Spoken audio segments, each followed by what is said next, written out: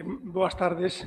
Estamos así aínda con pouca asistencia, pero é que houve uns atrasos aí imprevistos, non? Imos ir empezando porque, efectivamente, a sesión da tarde, tamén como a da mañá, pero a da tarde vai moi apretada, entón imos intentar arrancar e irás incorporando a xente como poida. Faltanos aquí na mesa Adrián Martí Badía, que tamén está por aí por fora, pero con a indisposición leve, que se incorporará tamén despois. E tampouco temos, en relación coas persoas que figuran no programa, a Alberto Parandiarán, ocuparase Garbiñe. Hai un cambio aí. Vale. En todo caso, como aquí figuraba Alberto, é dicir que non está el, pero vais incorporar Garbiñe Petriati, de informarnos sobre a situación de euskera, tanto no País Vasco como en Navarra, na Comunidade Foral de Navarra. Ben, como sabedes polo programa, toca agora empezar coa revisión da carta, pero desde a perspectiva xa sectorial, e imos empezar polo sector do ensino, da educación, que supoño que non descubro nada se digo que o sector que polarizou en boa parte, nunha parte grande, as enerxías, os debates, as discusións, as medidas legais, tamén o soporte económico, eu creo que non é comparable con ningún outro sector. Isto, eu entendo que ten a súa parte boa, porque seguramente coincidimos tamén en concederlle á educación un papel vertebrador na sociedade, un papel vertebrador fundamental, pero eu creo que ten unha dimensión tamén, por lo menos desde a perspectiva que eu coñezo máis, que é de Galicia, unha perspectiva un tanto perigosa, e é que se descargou sobre o sector educativo responsabilidades que non son só súas, que seguramente ten unha parte, pero non é responsabilidade exclusiva da educación, do ensino, normalizar unha lingua, dar visibilidade, sacala da situación de marginalidade na que moitas veces está, etc. O ensino, a educación ten a súa responsabilidade, pero se non vai acompañada doutros sectores, doutras sinerxías, o fracaso está case asegurado. Eu creo que houve algún problema, insisto, basicamente desde Galicia, pero calculo que nas outras comunidades tamén pasou bastante, en que se confundiu bastante política lingüística con política lingüística educativa. Eu creo que iso é un reduccionismo perigoso, malo, que ademais descarga sobre os educadores, sobre os docentes, unha responsabilidade que, repito, que vai máis alá da súa capacidade moitas veces. Ben, este é o campo no que nos imos mover. Está previsto, como xa se fixo na parte da mañá, unha primeira intervención dos membros da mesa, cada un para falar da perspectiva do seu territorio concreto, desde a perspectiva máis de diagnóstico, de decir como están sucedendo as cousas, que logros e que fracasos está habendo nese compromiso que ten asumido o Estado español e, por tanto, as distintas comunidades autónomas con competencias neste campo, como están sucedendo as cousas nese compromiso, digo, de ofertar unha educación desde infantil ata a universidade nas linguas que chamamos aquí minoritarias ou regionais. É dicir, que nivel de resposta está habendo ese compromiso? Eu creo que ese é o elemento que debe catalizar esta intervención inicial, e logo teríamos unha segunda volta máis prospectiva, máis propositiva, pensando máis no futuro e, propoñendo medidas, se posible, ou abrindo expectativas. Imos intervir na orde que está previsto no programa. María Versés, que nos vai falar desde a perspectiva do aranés. Cando queiras. Sí. Ben, bona tarda a tutti. Jo vos vau a començar a parlar en aranès, mas en tot cas, l'ací moment veiram si és prou comprensible o si volets que canvia de llengua. En Aran hem trilingües per naturalesa, per tant no hi ha cap problema. En primer lloc, agrair era convidada d'aquest debat. L'aranès et Aran és interessant poder gesse del nostre àmbit, aprendre què passa en d'autres llocs i poder explicar un xinyau que ja crec que passa en casa nostra. Per això que l'ensenyament de l'aranès vos heu primera pinzelada molt genèrica de en quin punt se troba la legislació que afecta a la nostra llengua en quant a l'ensenyament. Com a ben sabets, l'Estatut d'Autonomia de Catalunya de 2006 oficialitzèc l'aranès en tota Catalunya, en què en aquest moment, des de 1990, era oficiau sonque en a Val d'Aran, e aquerò que l'Estatut era instar a determinar per llei els drets de deures lingüístics dels aranès. Més tard, en 2009, la Llei d'Educació de Catalunya parla que tot aquell AES relacionat amb el català en ensenyament són aplicables a l'aranès en a Val d'Aran i determina la llengua com a llengua vehiculara d'aprenentatge, causa que ja venguia passant en sector de l'ensenyament pendent força anys, més que en tot cas era l'EC aquerò que ell, diguem-ne, institucionalitzat. En 2010 arriba finalment la Llei de l'Occità aranès en Aran, que venguia del mandat estatutari, i en matèria d'ensenyament se dedica als articles de 13 a 15, bàsicament parla de la llengua vehiculara d'aprenentatge i de que era llengua d'usatge dels centres en Aran, etc. Finalment, la Llei de Règim Especial, la modificació de la Llei de Règim Especial de la Val d'Aran de 2015, també determina els airaus i les competències d'actuació respecte a la llengua. Quina era la teoria? Doncs, en l'ensenyament de l'aranès comencen les escoles mairaus, les guarderies, de 0 a 3 anys. Aquestes escoles en Catalunya depenen dels ajuntaments, no són un servici obligatori, per tant, hi ha llocs en els que hi ha servici privat, en tot cas, en el cas de la Val d'Aran, són escoles dependents dels ajuntaments, més que el Departament d'Ensenyament de la Generalitat regula tant la normativa com les plantilles. Dempués auem l'educació infantil i primària de 3 a 12 anys, on s'imparteixen 5 llengües. L'aranès era vehicular d'aprenentatge, s'imparteixen català i castellà, anglès i francès. L'anglès i el francès se van incorporant des de 5 a 7 anys de manera oral, i posteriorment acabar incorporant-se com a assignatures. Cal dir en aquest sens que les proves de competències bàsiques que són els centres de la Val d'Aran dan com a resultat un nou coneixement de l'aranès en aquestes edats.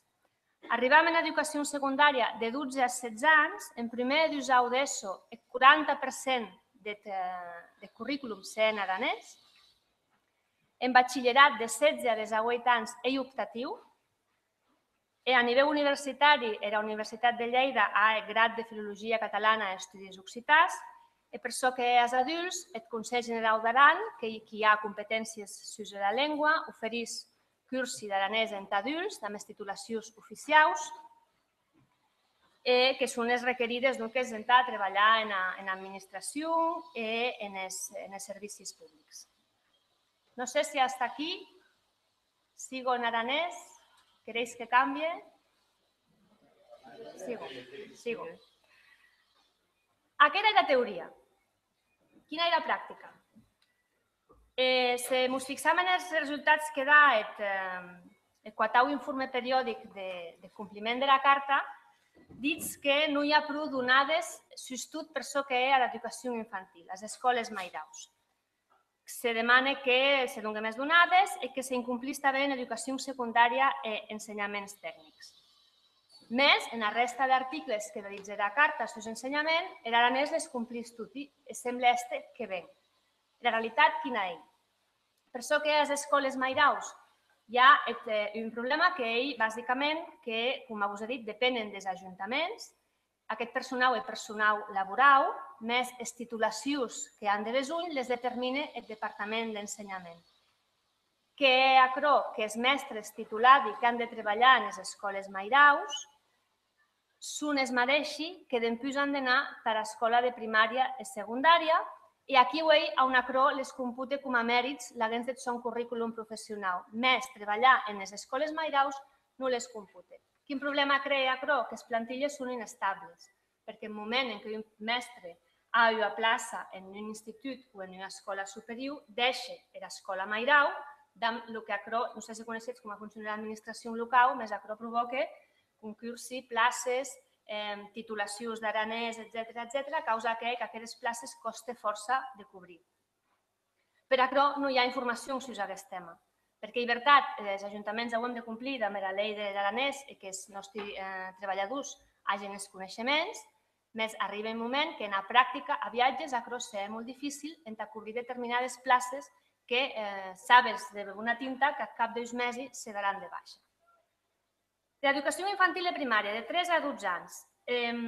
Així la carta se complís de tot. Els mainatges i mainades de l'escola aranesa coneixen l'aranès perfectament, l'empleguen i, com ben vos diria, les competències bàsiques dan uns resultats força bons.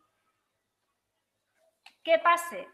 Quins problemes hi ha així? Primera, hi ha una manca de recursos i de materials en la nostra llengua pròpia que no és pròpia de la llengua oficial.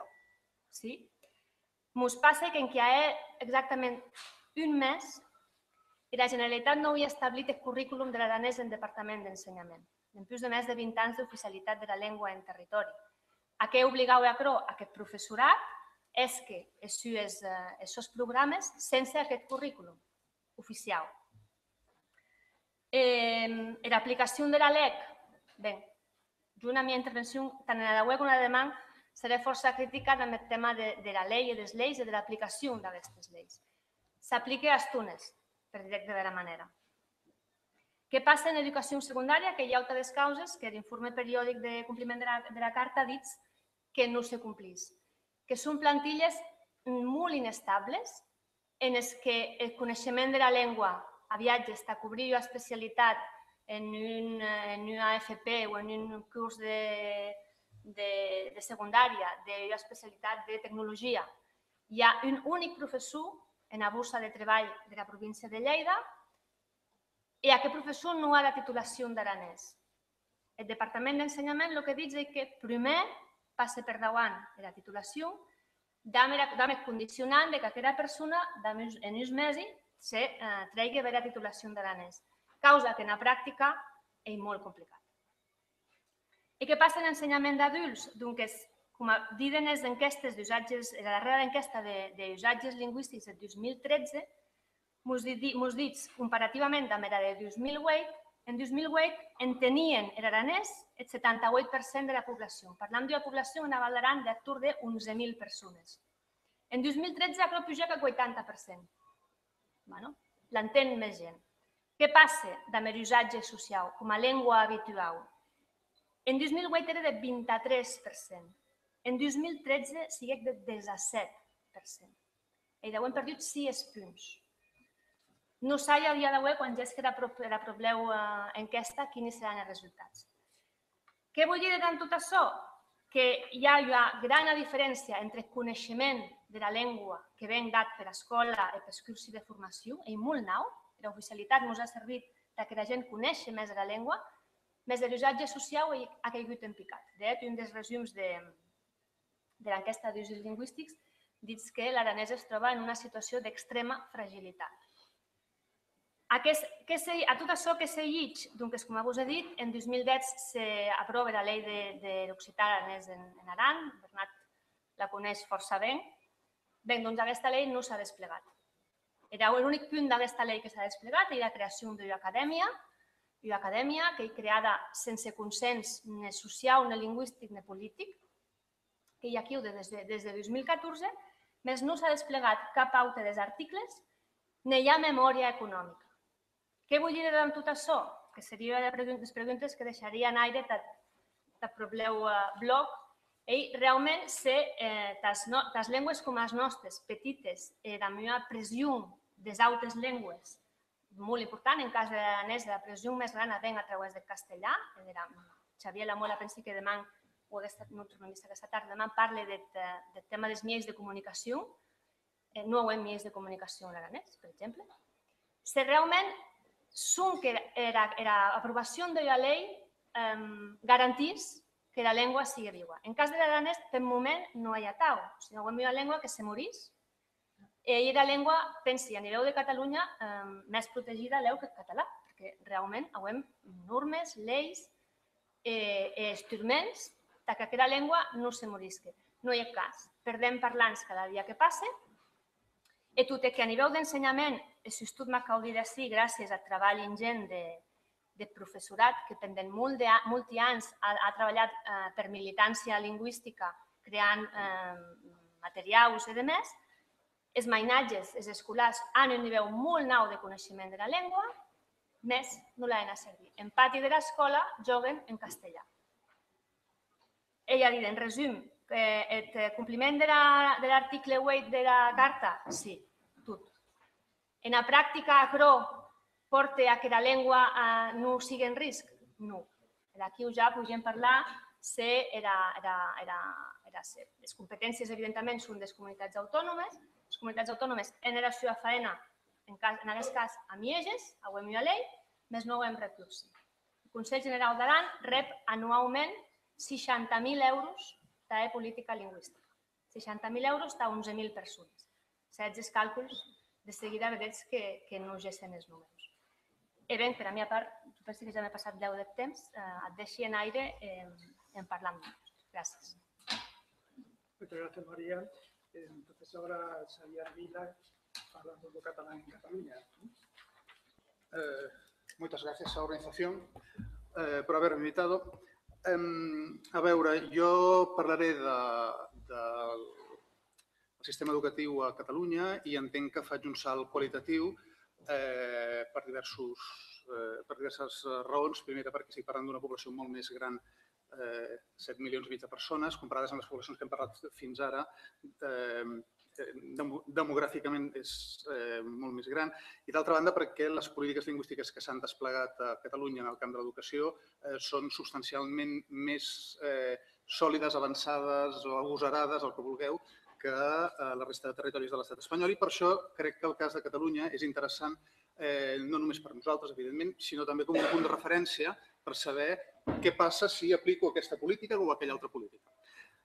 Aleshores, de manera bastant sintètica, diré que el model lingüístic escolar a Catalunya, el model de conjunció que té, com va dir el Tribunal Constitucional, el català com a centre de gravetat lingüístic, ha demostrat al llarg dels anys que permet assolir uns nivells molt considerables de competència, tant en català com en castellà. Recordem que, segons les últimes enquestes, el 90% dels adolescents i joves declaren saber parlar, llegir i escriure el català.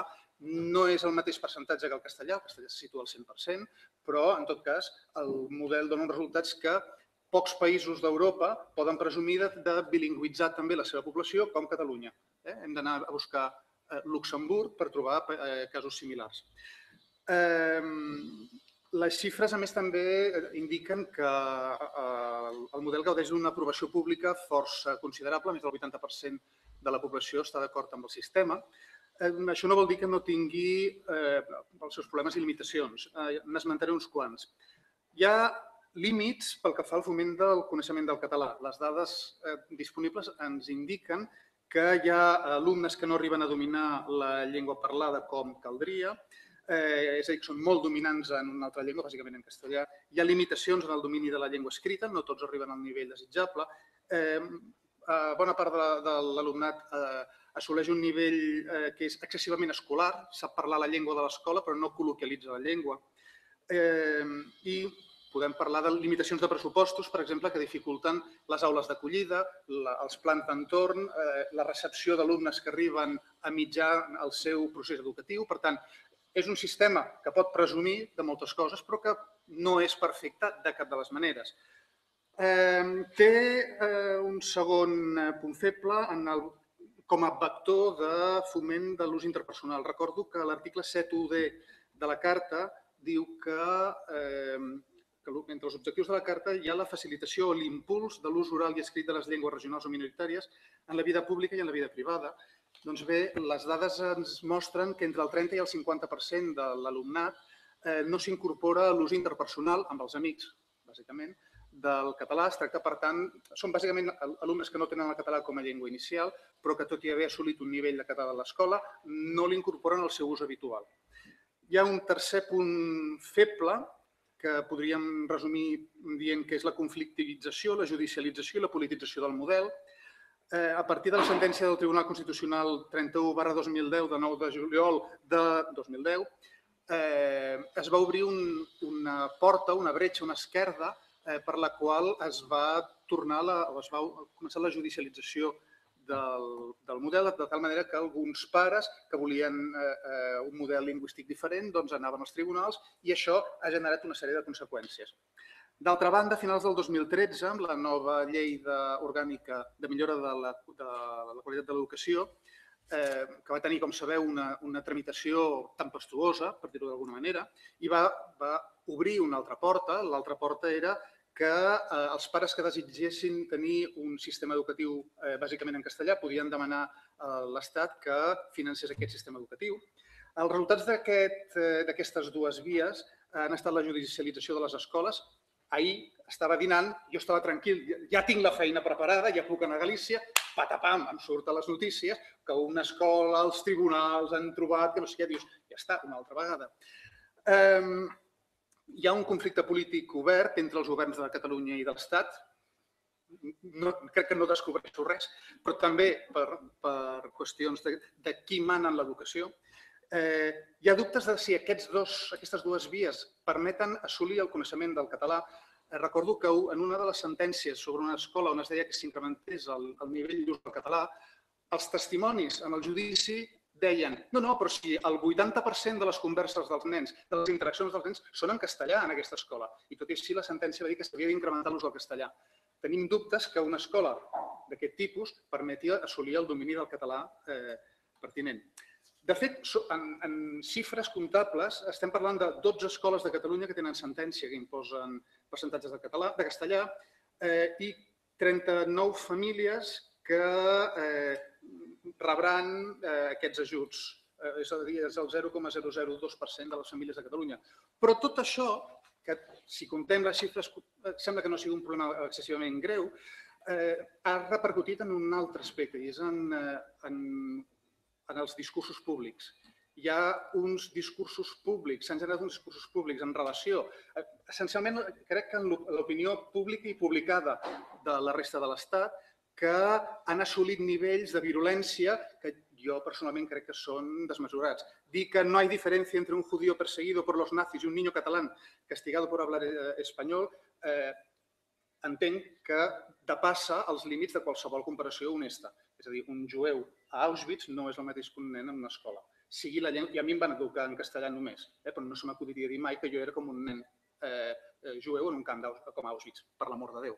Es fa servir amb relativa facilitat comparacions com la immersió és com la pederàstia, és feixisme, és tortura, és nazisme. A veure, entenc que això infringeix l'esperit de la Carta.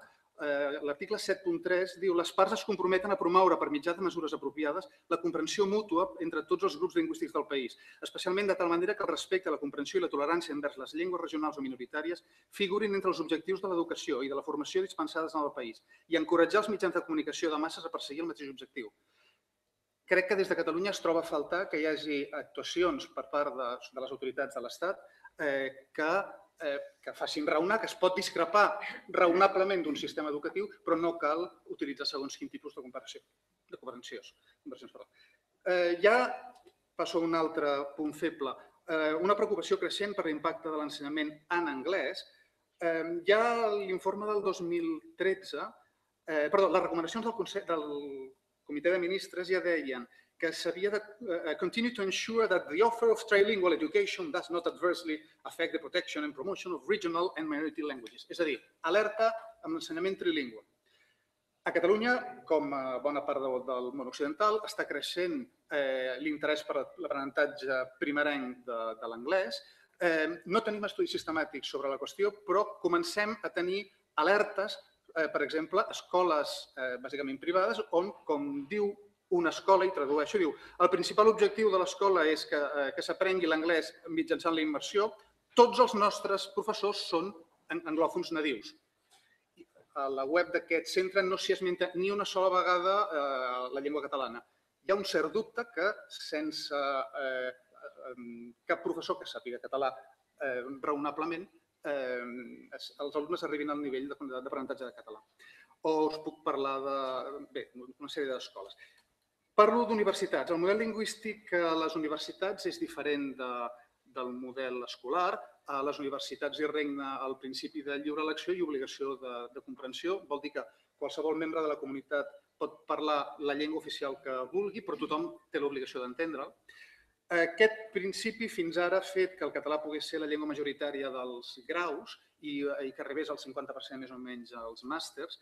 Ara bé, darrerament s'estan començant a produir una sèrie de preocupacions públiques pel retrocés de l'ús del català a les aules, sobretot a màsters i sobretot a alguna universitat. No fa gaire hi va haver un missatge, que va córrer molt, un tuit, d'una noia que deia, és divertit, no, diu, fa gràcia estudiar a la universitat que té el nom del codificador de la llengua catalana, Pompeu Fabra, diu, i no tenir ni una sola classe en català, en un grau, no en un màster. Per tant, comença a haver una certa preocupació sobre la política lingüística que va lligada amb la mercantilització de la universitat, que va lligada amb una presumpta necessitat d'aconseguir recursos internacionals per la via de portar alumnes estrangers. Això és discutible, però en tot cas la preocupació hi és. Pel que fa a la formació d'adults, existeix el Consorci per a la Normalització Lingüística, que plega els serveis lingüístics d'ensenyament i dinamització del català. Hi ha hagut queixes pel que fa als recursos, la manca de finançament i les retallades. I hi ha algunes àrees en què, per exemple, és impossible funcionar en català. Per exemple, és impossible aprendre a conduir en català. De la formació d'adults, doncs, hi ha sectors, per exemple, això, les escoles de conducció, on el català és una llengua marciana. Pel que fa a l'ensenyament de la història i de la cultura, el català figura en el currículum obligatori. Tanmateix hi ha una preocupació creixent. Tingueu present que només hi ha una sola assignatura de literatura catalana obligatòria al llarg de tot el currículum i els professionals dubten que això sigui suficient. O pel que fa a la formació inicial i permanent dels ensenyants, també hi ha una preocupació creixent perquè s'ha anat reduint de forma substancial el pes de la formació en llengua i literatura catalanes en la formació de mestres. Avui dia es pot ser mestre a Catalunya havent fet només 6 crèdits de català al llarg de la teva formació, o es pot ser professor de llengua i literatura catalanes havent cursat menys de 15 crèdits de llengua i literatura catalanes, cosa que és curiosa, no? Et dediques a ensenyar una llengua i una literatura i ho pots fer havent fet 15 crèdits al llarg de tots els teus estudis. Passo ja molt breument a parlar de l'ensenyament fora de les àrees històriques. A la resta de l'estat espanyol hi ha uns 440.000 parlants de català, per tant, està fora de les àrees que estem representant aquí. Hi ha una certa demanda d'ensenyament de català. Per exemple, si busqueu professor de català a Madrid, a la ciutat de Madrid, trobareu que fa 3 dies hi havia 76 persones que s'oferien per fer classes com a professor de català per internet, i no està malament que n'hi hagi 76. 16 a Saragossa, 10 a Sevilla, 10 a Múrcia, és a dir, hi ha una certa presència. Em sento en Madrid. A Madrid s'ofereixen cursos de llengua catalana al Centre Cultural Blanquerna, finançat per la Generalitat, al Centre Català de Madrid, però no hi ha oferta d'ensenyament de català als centres educatius de primària, secundària i batxillerat. Hi ha hagut alguna proposta de fer-ho, com a forma optativa estic dient, però no ha tirat endavant. Hi ha molt poc ensenyament de català en algunes escoles oficials d'idiomes. A tot Madrid, per exemple, n'hi ha una, a la Comunitat de Madrid hi ha una escola on es pot estudiar català. Tenint en compte els moviments importants de població que hi ha a l'estat espanyol i que el català és imprescindible per entrar a la funció pública a Catalunya, tindria certa lògica que sobretot les zones emissores de població oferissin aquest tipus d'ensenyament.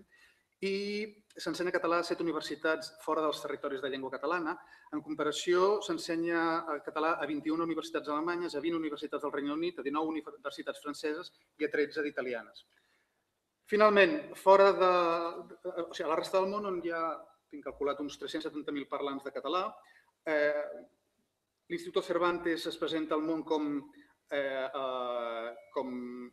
qui promociona les cultures hispàniques al món y en els seus objectius i de acuerdo con los objetivos y funciones de la institución difunde y promueve la diversidad lingüística de España y Hispanoamérica, però bé, fa algun curs, fa alguna cosa.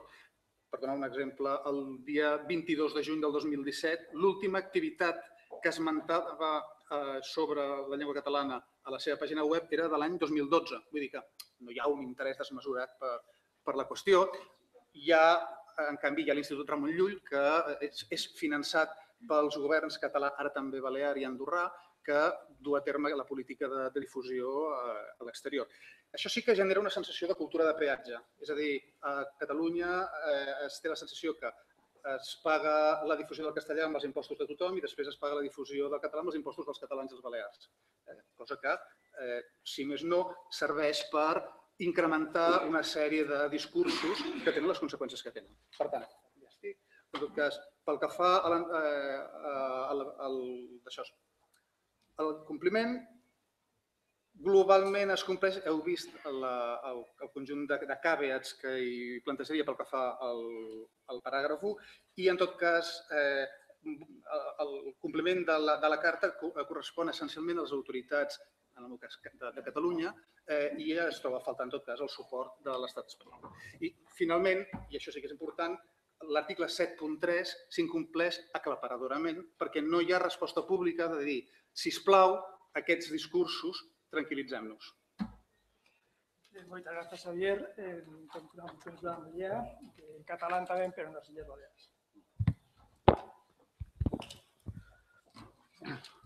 Bon dia a tothom. Agrair també, com tots han fet, la convidada a participar en aquest fòrum i entraré tot d'una en el tema que tracta, donat el poc temps que tenim. No parlaré dels aspectes comuns de difusió exterior que ha parlat i que a temporades, de manera intermitent, les Illes Balears i Catalunya comparteixen. Les Illes Balears són 4 illes habitades, ja ho sabeu, i no som 7 milions i mig de persones, només som 1 milió i poc més, però tenim molt més turistes per persona que Catalunya. A les Illes Balears tenim més de 10 turistes per persona, és a dir, tenim 1.100.000. No, per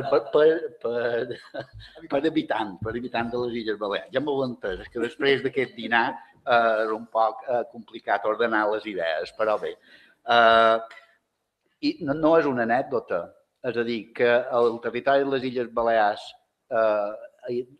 hi passin 10 vegades més de persones a l'any, no catalanoparlant, la gran majoria, que els habitants que hi ha a les Illes Balears, condiciona moltíssim la percepció lingüística, l'orientació dels negocis, la valoració que socialment es fa de coneixement de llengües estrangeres, etc. Per tant, no és una cosa que no afecti la situació sociolingüística. L'afecta i molt, i fins i tot afecta la interpretació de la importància de les llengües a l'escola, de quines llengües l'escola ha de garantir que aprenguin. Una altra cosa que també voldria dir és que les Illes Balears no s'intenta imposar el català ara, no és una cosa de fa des de la democràcia, sinó que a les Illes Balears parlant català des del segle XIII, quan hi va haver la repoblació catalana. Ho dic perquè de vegades s'han utilitzat arguments d'aquests que ara també a les Illes Balears se vol imposar el català. De fet, persones que procedeixen de fora de les Illes Balears, immigrants, de vegades fins i tot persones que venen dedicades o venen amb la intenció de dedicar-se a la docència, venen amb aquesta idea, és a dir, l'idea que això del català a les Illes Balears és una cosa nova, és una cosa que des que s'ha fet oficial és quan s'està imposant. Dit això, avançarem molt més del segle XIII, l'any 1983 va ser quan es va aprovar l'Estatut d'Autonomia i es va reconèixer la llengua catalana com a llengua pròpia de les Illes Balears i també es va reconèixer l'oficialitat. Aquí hi ha una diferència en el cas del País Valencià, que tot i a les Illes Balears també haver-hi problemes d'identitat, de quina llengua es parlava, de no reconeixement de la unitat en determinats àmbits, a les Illes Balears es va aconseguir que es donés el nom comú a la llengua i probablement això va beneficiar allò que he dit inicialment, que no és una illa, sinó que són 4 illes. Hi ha una identificació en cada una de les illes pels habitants i no hi ha una identificació amb el conjunt. Dic això perquè a les Illes Balears no hi viuen, no hi habiten balears, hi habiten mallorquins, menorquins, ibicencs i formenterers. Aquesta és la percepció i probablement això va ajudar al reconeixement de llengua catalana perquè al posar llengua balear no hi ha ningú que parli balear a les Illes Balears, ningú identifica la seva llengua, la llengua col·loquial com a balear, sinó que parlen de mallorquí, menorquí, etc. Per tant, no hi havia aquesta llengua comuna. Això és important perquè després s'ha anat estirant, arrossegant fins a l'actualitat. L'any 1986 es va aprovar la Llei de Normalització Lingüística que, d'alguna manera, desenvolupava aquest reconeixement de la unitat, de la unitat per una banda i de la propietat del català com a llengua de les Illes Balears. Ja des de l'any 79 s'ensenya l'assignatura de llengua catalana de manera obligatòria a tots els nivells. L'any 1995, després de, com hem dit, l'aprovació de la Llei de Normalització Lingüística, que va suposar un avanç en l'ensenyament en català, l'any 1995 es va publicar un ordre que determinava que, com a mínim, a tots els centres escolars s'havien de cursar 2 matèries en català. Aquest ordre va durar molt poc i l'any 1997 es va aprovar la Llei de Mínims que demanava que, com a mínim, el 50% de les matèries, assignatures, com fos segons el nivell, havien de ser en llengua catalana. Això ha arribat fins a l'actualitat i aquesta nova situació ha permès una presència més elevada del català a tots els nivells educatius. La voluntat també ha estat, i ho diu la Llei de Normalització Lingüística, que el model escolar sigui comú per tots, el model lingüístic escolar, que no hi hagi línies en català o no en català, sinó que tots tinguin el mateix model. Ara hi ha aquesta possibilitat d'anar des de tenir un 50% de matèries en català fins gairebé a un 100% de matèries en català. El compliment inicialment era molt baix, ha anat creixent, però hi ha uns grans desavantatges d'un tipus de centre a altres tipus de centre. De l'ubicació dels centres també varia.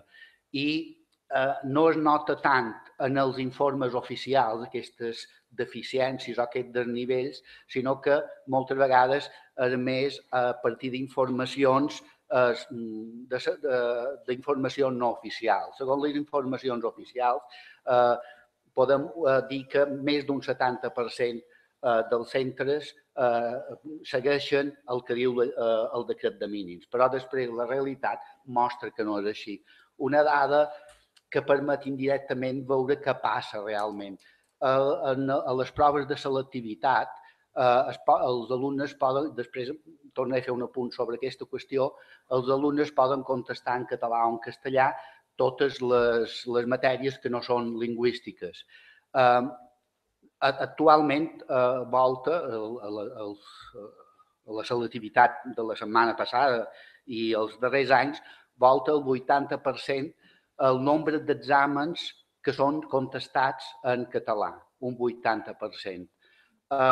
Però, si mirem per centres, hi ha des de centres que no arriben al 10% d'exàmens contestats en català a centres que són el 100% d'examen contestat en català. Evidentment, l'ubicació del centre influeix. Si és una zona on hi ha molt d'ús del català, més poca immigració, etc., això influeix, però no basta, perquè centres que estan ubicats en el mateix indret hi ha aquestes respostes d'un 10% a un 70%. Per tant, això crec que demostra clarament, hi ha altres informacions també, que no es compleix per tot. I per què no es compleix? Perquè durant els darrers anys hi ha hagut anades i vengudes en l'actitud de les institucions.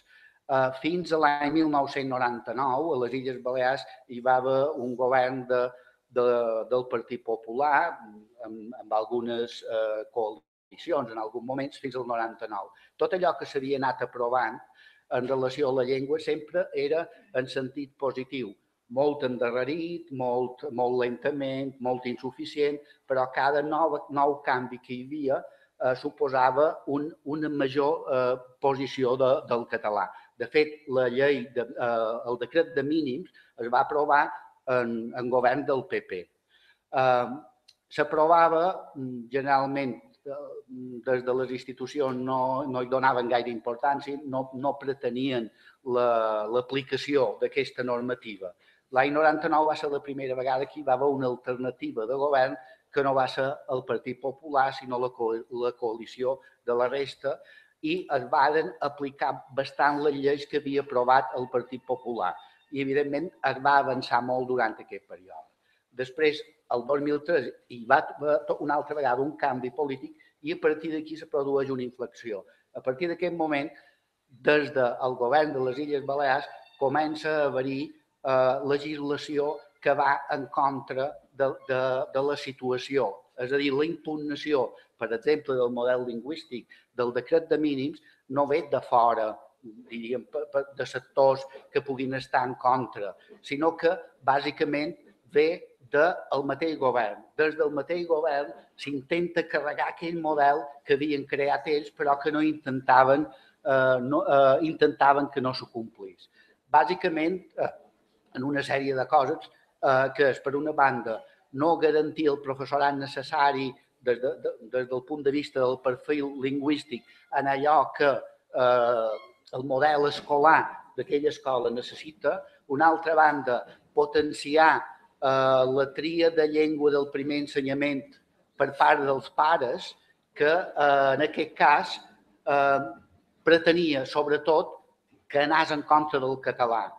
Sobretot en els nivells més bàsics és quan més presència del català hi ha a les escoles d'infantil més que les de primària i les de primària més que les de secundària, i des del govern en determinats moments hi va haver aquest intent de fer recular, fer anar enrere la llengua catalana, la presència de la llengua catalana a l'escola mitjançant la tria per part dels pares.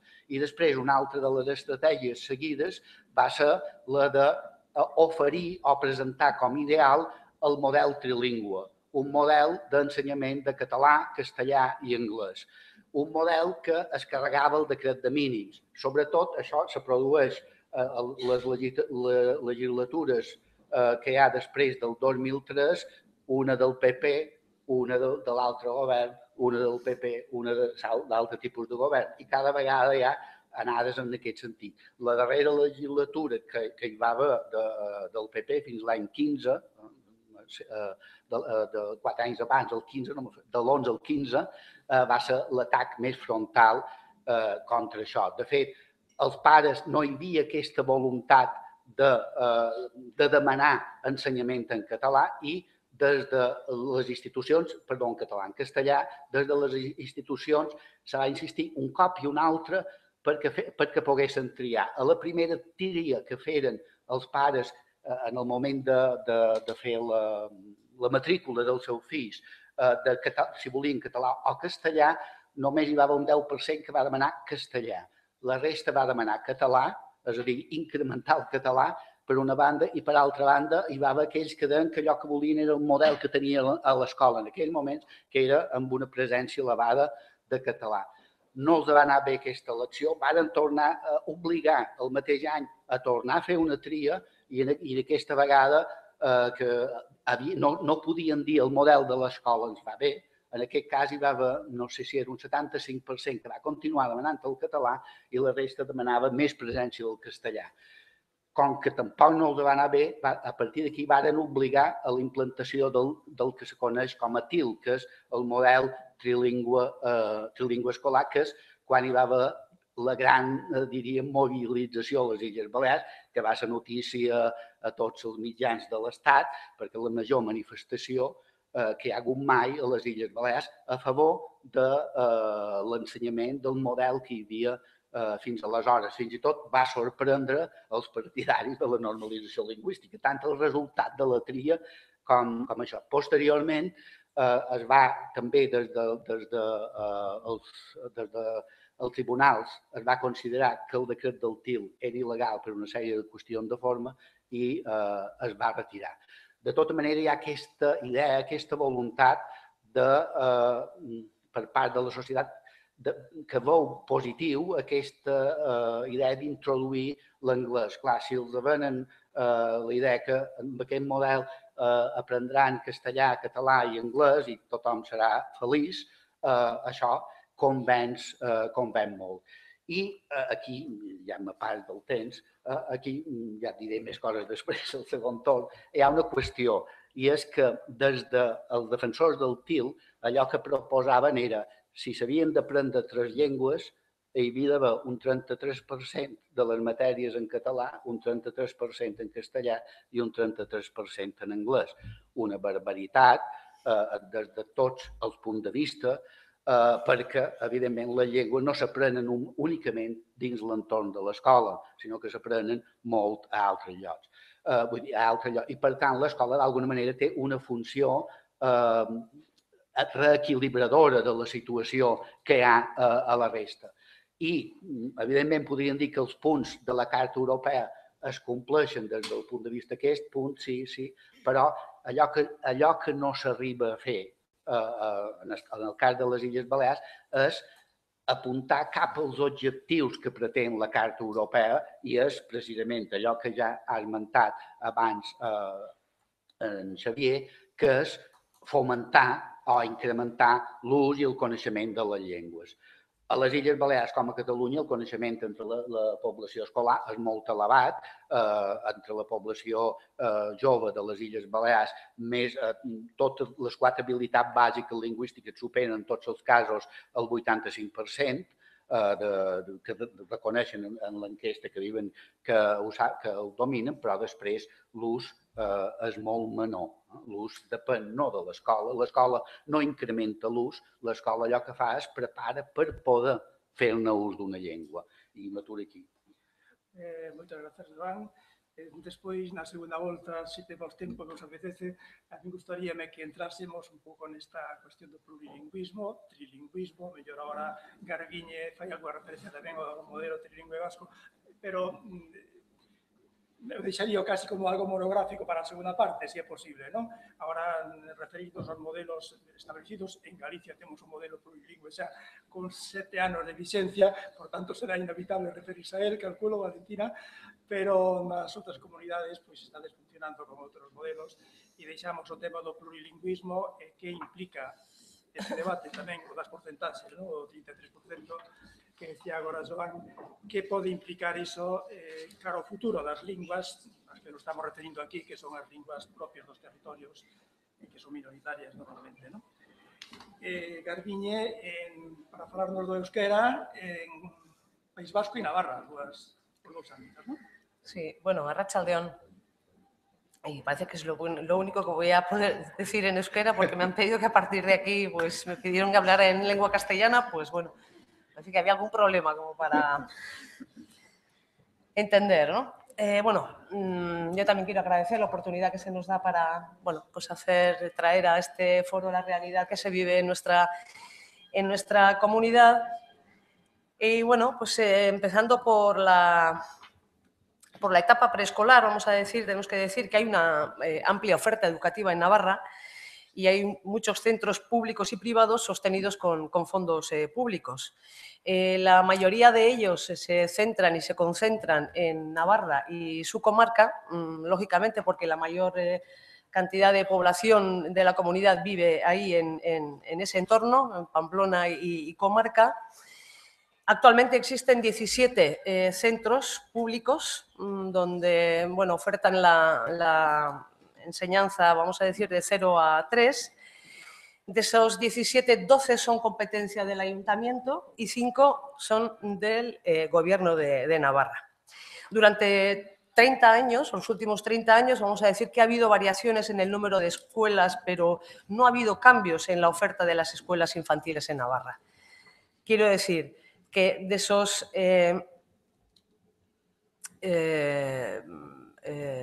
12 centros que son competencia del Ayuntamiento de Pamplona, solamente en 2 se ofertaba la posibilidad de matricular a las criaturas en euskera. Solamente en 2. Durante estos 30 últimos años ha habido, como hemos dicho, muchas variaciones, pero ahí, en ese tema concretamente, pues no ha habido variaciones. Y además esas 2 escuelas estaban ubicadas las 2 en el mismo barrio.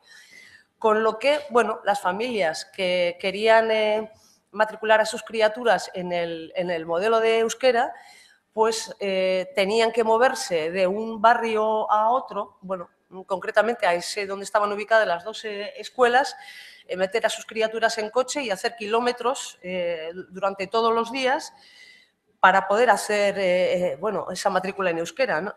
Entonces, bueno, pues muchos en esas circunstancias pues han optado por decisiones que han hecho bastante más llevadera pues su día a día y su conciliación familiar, vamos a decir, ¿no?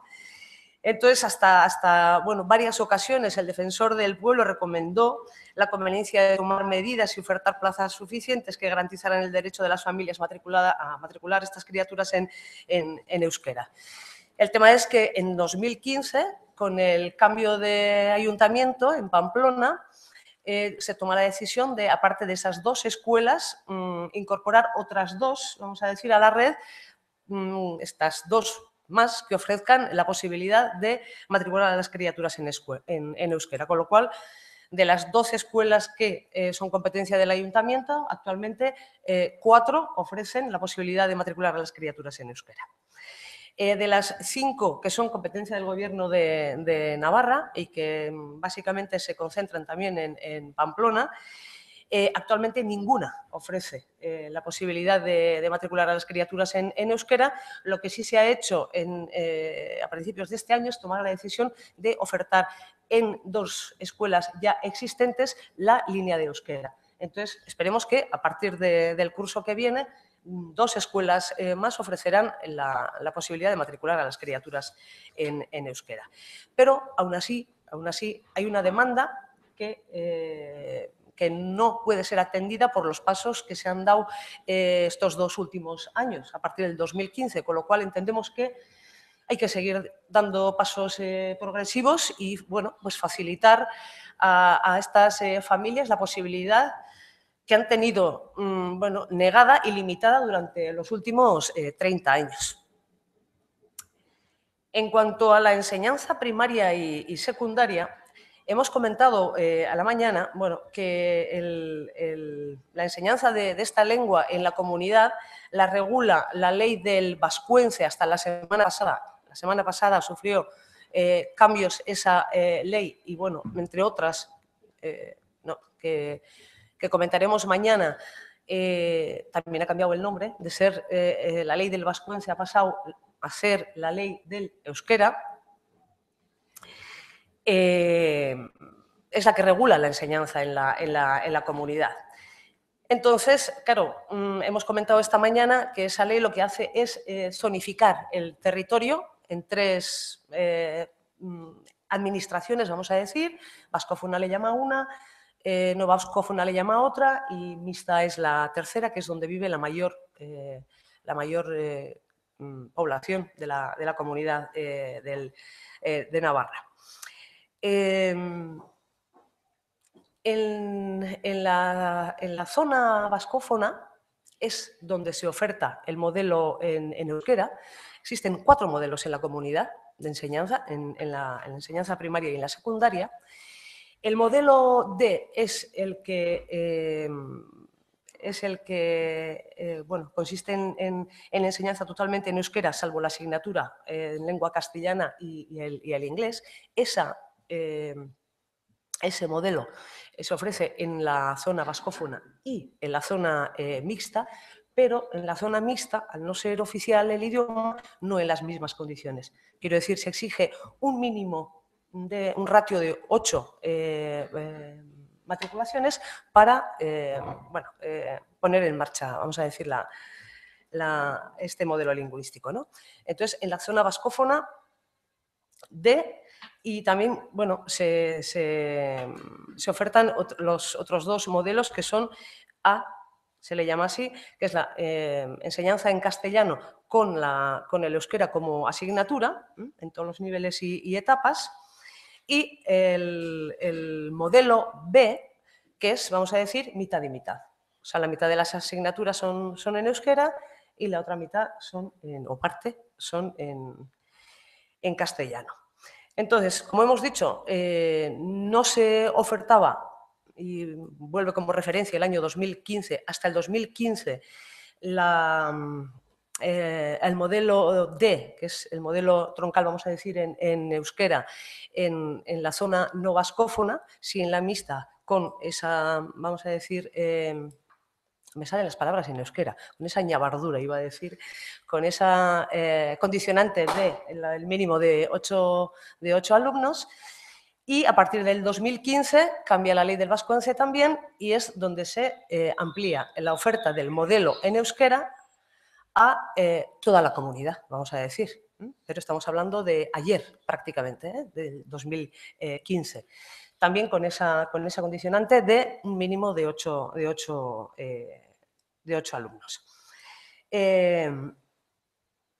Claro, mientras durante estos últimos 30 años pasaba eso con la enseñanza del euskera, quiero decir, limitada, condicionada y bueno, ofrecida en cada territorio zona lingüística, vamos a decir, la enseñanza del inglés se ha ofertado de manera generalizada en toda la comunidad y en la mayoría de los casos además se ha extendido en los centros en los que el mismo departamento ha seleccionado sin contar con la comunidad educativa del centro, ¿no? Al principio era el programa British, luego el programa TIL, luego era el programa PAI y bueno, o sea, sin una, vamos a decir, estudio previo de cómo desarrollar estos programas, sin una evaluación al final para ver los resultados, lo que se ha podido ver es que estos programas se han puesto en marcha durante estos últimos 3 años para precisamente hacer frente al avance del euskera. Y esto no lo digo yo, lo dijo la misma señora presidenta del Gobierno, Barcina, en una televisión española, lo reconoció así, bueno, que uno de los logros de su gobierno había sido ese, extender la enseñanza del inglés para hacer frente a la enseñanza del euskera que reconocen como propia del territorio. Pero, bueno, pues en esa esquizofrenia nos hemos movido hasta hace nada, un par de años, ¿no? Como hemos dicho, en el 2015 el Parlamento cambia la ley del euskera para incluir la enseñanza del vascuence en la zona no vascófona también, con esa condicionante del mínimo de alumnos. Con respecto al artículo que aparece en la carta de reparar y hacer pues, sitio a la enseñanza de la historia y la cultura de la comunidad y como tal estudiarla y desarrollarla en las aulas y, como no, pues a través del euskera también, bueno, pues que sirva si quiere para tener una medida de la política lingüística que hemos tenido en la enseñanza en los últimos 30 años en Navarra. En el año 2014 hubo retirada de libros de texto de la asignatura Lengua y Literatura de Educación Primaria porque no se ajustaba a la realidad institucional de Navarra, llegando a arrancar páginas de algunos de ellos. ¿Por qué? Y porque aparecía pues todo el mapa de la comunidad lingüística. Hasta ahí llegamos. Sí. Voy a refrescarme un poco y sigo. Sí, pero breve, ¿eh? Breve. Breve, que estamos atrasados. Recuerda que tengo 2 comunidades, ¿eh? Sí, pero bueno. La parte común, sí, posible. Bien, vale. Bueno, cierto es que a partir después de la enseñanza primaria y secundaria y en lo que se avanza en el proceso educativo, son mayores las dificultades para aprender, para desarrollar la enseñanza en euskera, y así la enseñanza técnica y profesional. Son muy escasos los ciclos que se ofertan en euskara, solo 3 en todo el territorio. E incluso los alumnos que hasta entonces han cursado el proceso en el modelo D tienen que seguir los estudios en lengua castellana. Es verdad que actualmente el Gobierno está elaborando un plan estratégico de formación profesional que, bueno, pues esperemos que en los próximos años pues, mejore la situación, ¿no?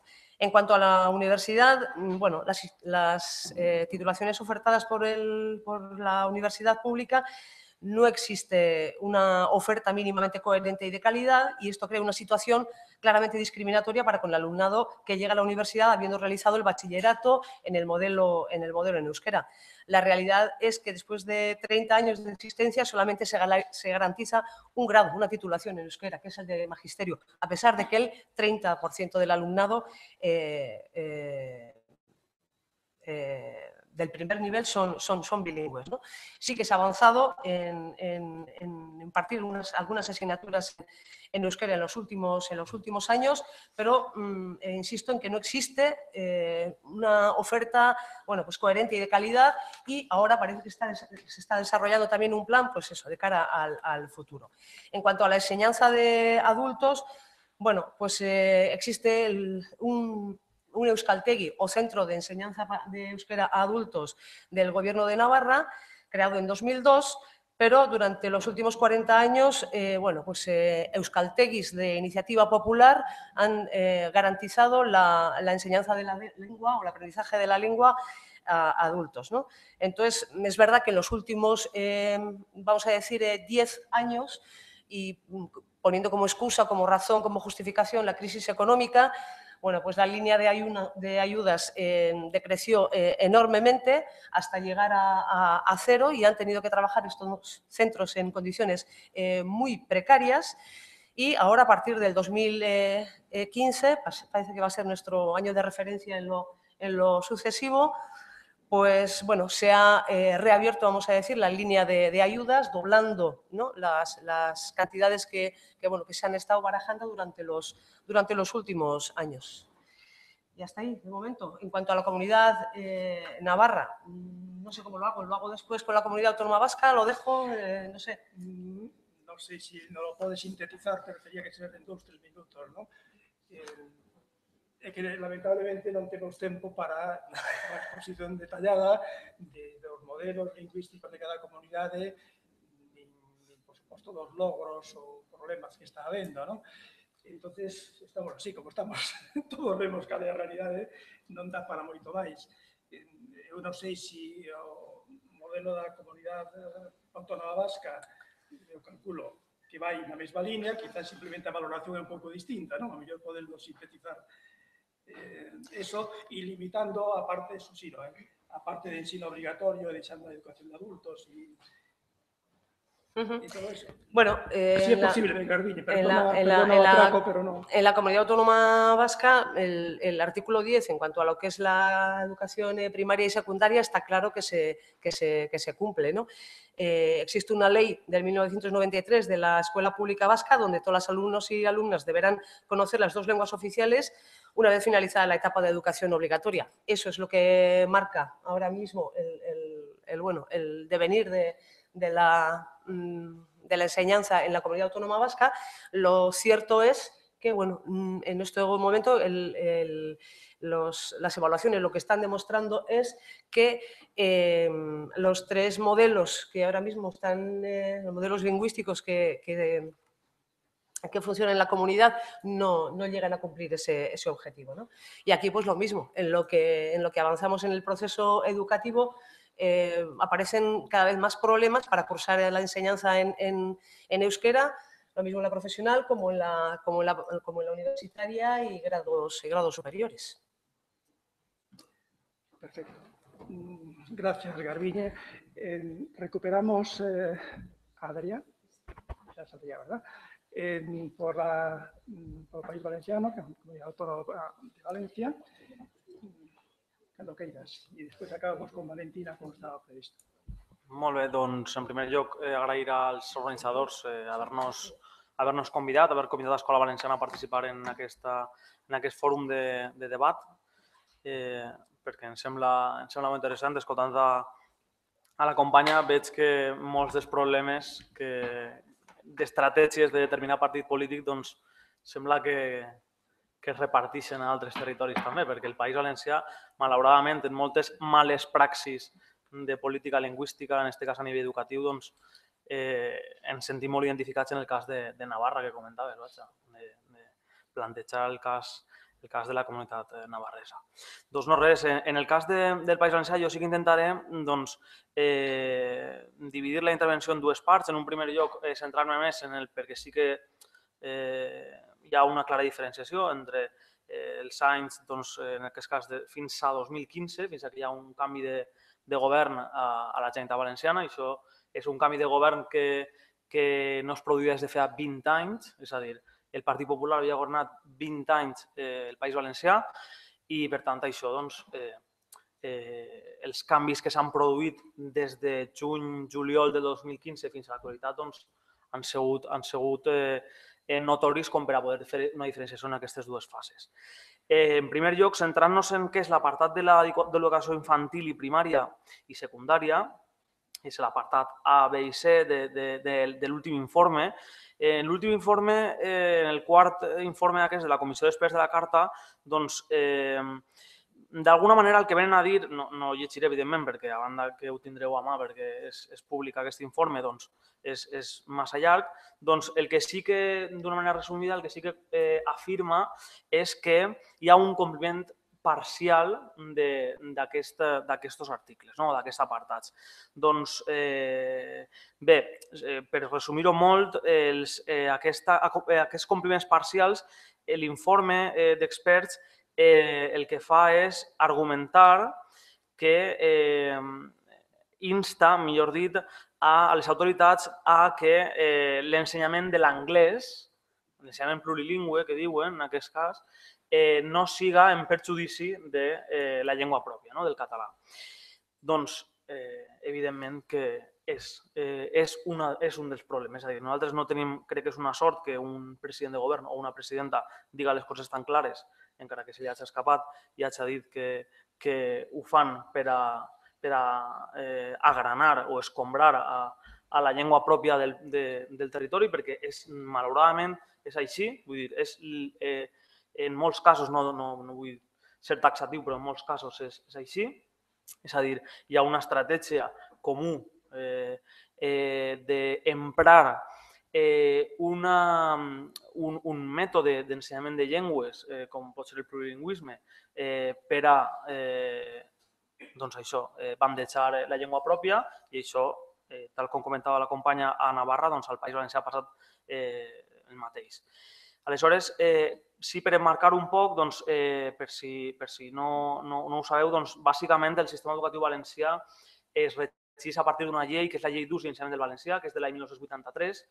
Ja, com podeu imaginar, ja ha plogut molt respecte a en aquell moment. És a dir, és una llei que, dient-ho d'una manera molt suau i molt breu, està un tant desfasada, és a dir, no preveu en cap cas tecnologies, les noves tecnologies, no preveu les xarxes socials, no preveu el potencial que tenen els mitjans de comunicació, és a dir, tot això queda fora.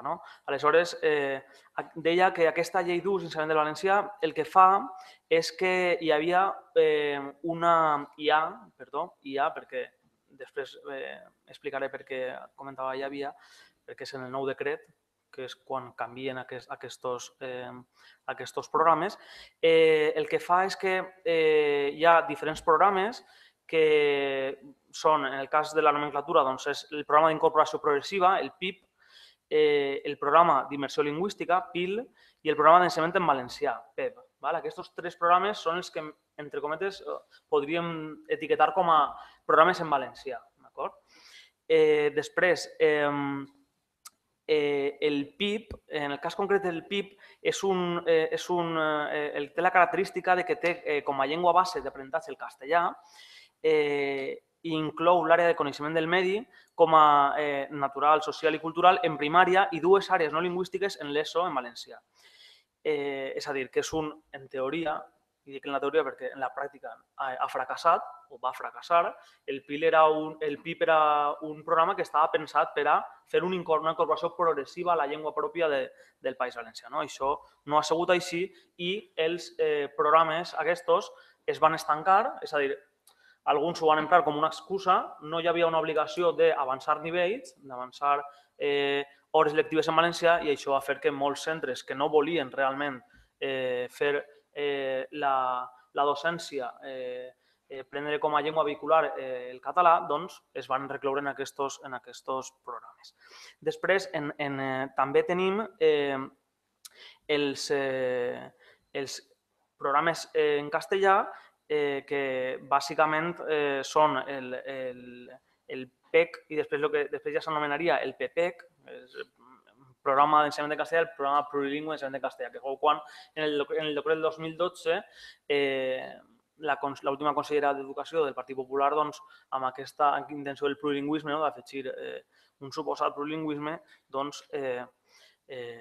afegia aquesta P, aquesta doble P que la diferencia almenys de la nomenclatura. Doncs, bàsicament, cal fer una sèrie de consideracions a aquest informe que diu que es compleix d'una manera parcial.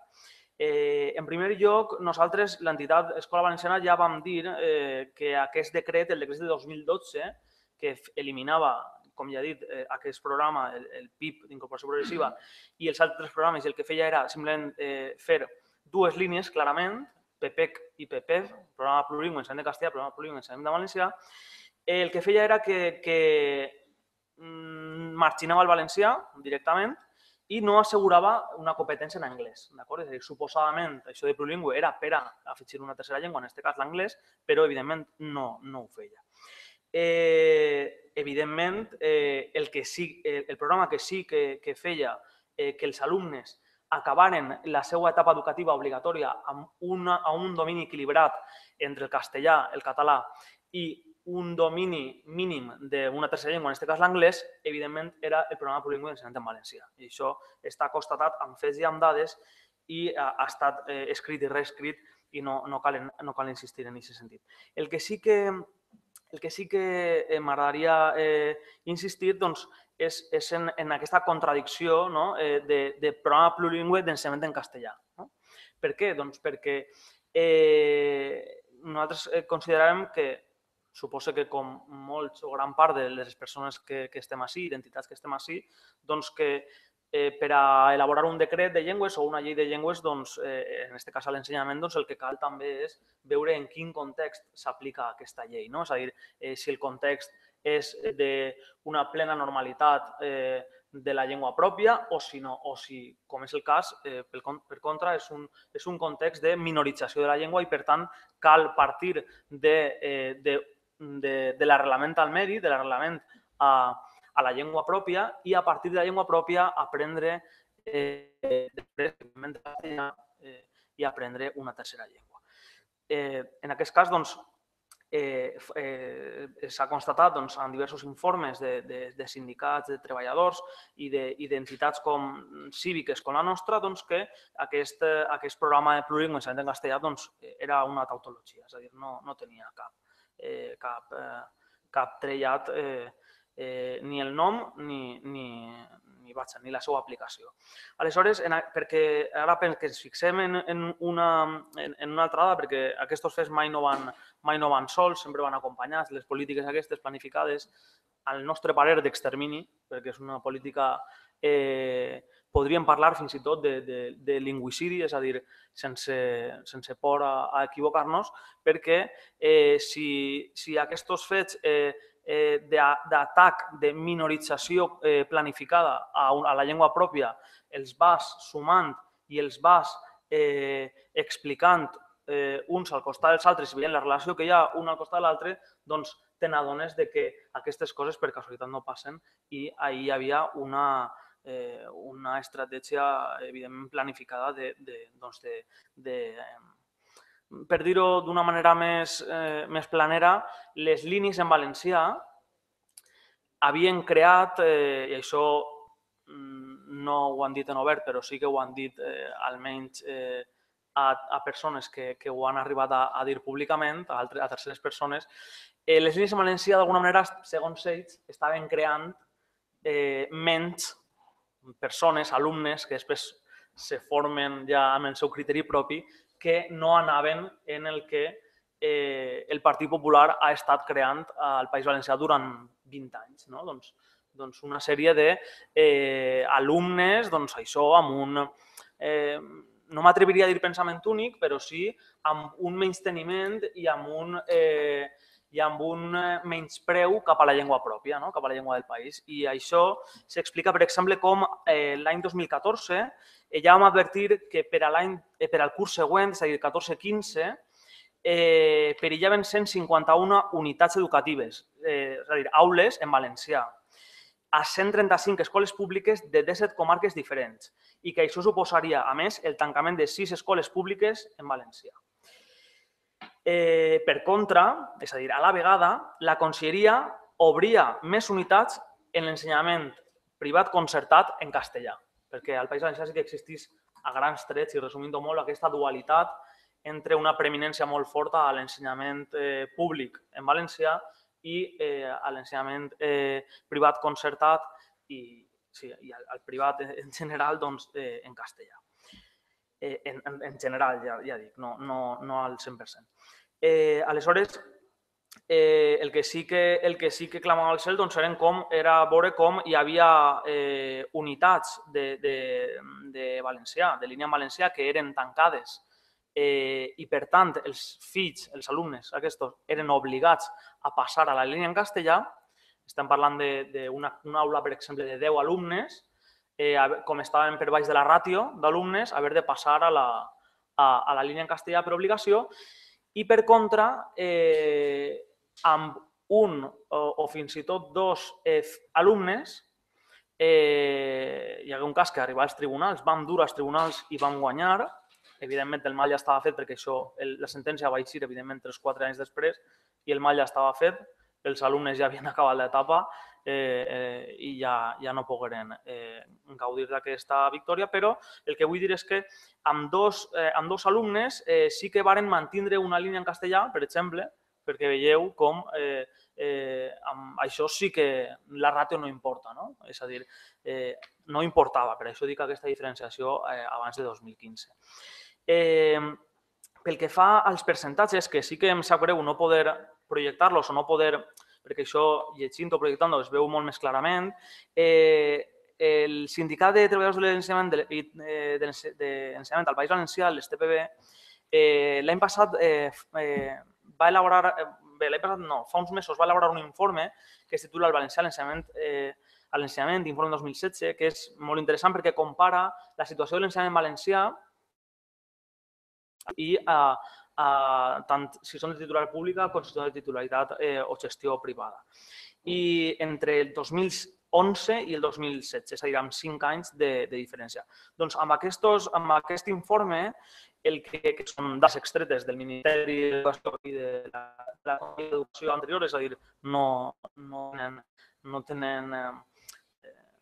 hi ha ombra de sospita pel que fa a aquestes dades, doncs el que sí que es veu clarament és que, per exemple, a tot l'alumnat de tots els tipus d'ensenyament, ja dic, el 2016, l'ensenyament en valencià, en totes les línies diferents que hi havia un 30,3% del total de l'alumnat, enfront del 29% que hi havia el 2011. És a dir, hi ha unes dècimes de percentatge un poc més elevat.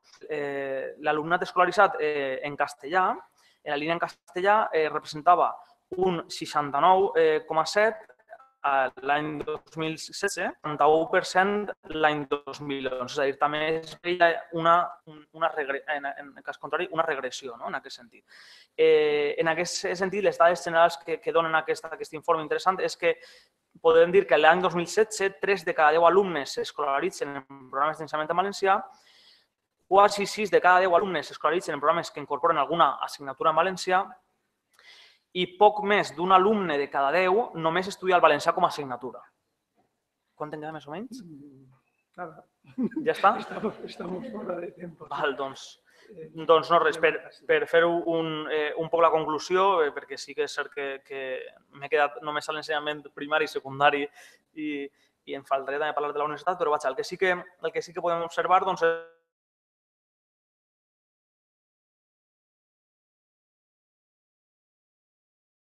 lent, no només de 2016 a 2009-2016, evidentment, sinó des de molts anys abans, però que aquests programes donen un signe d'esgotament. És a dir, és un model que dona un signe d'esgotament. De fet, ha sigut un dels arguments per al nou govern valencià per a acabar amb aquest model entre cometes, de segregar els alumnes entre línies en valencià o línies en castellà, a fer un model únic, d'acord, per nivells, que és el nou decret aquest, que suposo que haureu escoltat alguna cosa perquè el Partit Popular no fa més que dur-lo als tribunals i, de fet, ara hi ha una paralització cautelar per part del Tribunal Superior de Justícia del País Valencià. Doncs no res, el que sí que nosaltres veiem, evidentment tenim reserves pel que fa a aquest nou decret també, no ens sembla el decret idoni, pensem que el nou decret estableix 6 nivells, bàsic 1, bàsic 2, de menys a més, bàsic 1, bàsic 2, intermedi 1, intermedi 2, avançat 1, avançat 2. Els nivells bàsics més o menys són equivalents al que abans era un ensenyament en castellà, una línia d'ensenyament en castellà, i els nivells avançats, aproximadament, resumint, és el que seria una línia en valencià. Per tant, el que sí que és interessant en aquest cas és veure com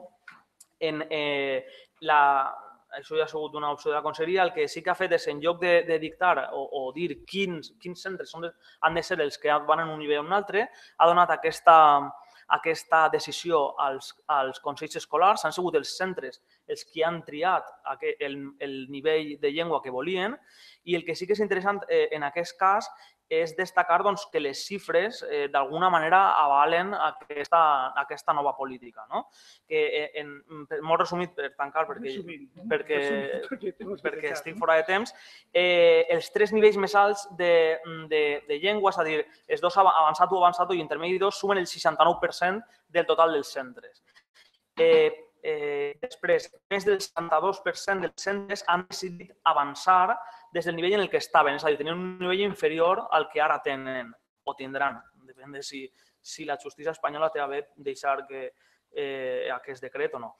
I, per últim, cada nivell ha estat votat en el màxim òrgan de decisió, com és el Consell Escolar, i en més del 98% dels centres les votacions per a triar el nivell de plurilingüisme han estat consensuades per més de 2/3 parts del Consell Escolar. És a dir, d'alguna manera, aquest model, que ja dic, no dona temps ara a estendre'ns, però el que sí que constata d'una manera molt breu és que sí que aquest nou paradigma en el qual hi ha també un estudi d'una tercera llengua, que és l'anglès, i també s'incorpora progressivament el castellà, el que sí que constata és, malgrat el que deixa la premsa i els mitjans de comunicació, és que sí que hi ha una demanda real d'ensenyament en llengua pròpia, en valencià, en català, i que aquest model, que en les línies havia estat considerat com un model d'èxit, podem considerar que sí, que això caldria veure en els anys, si aquest nou decret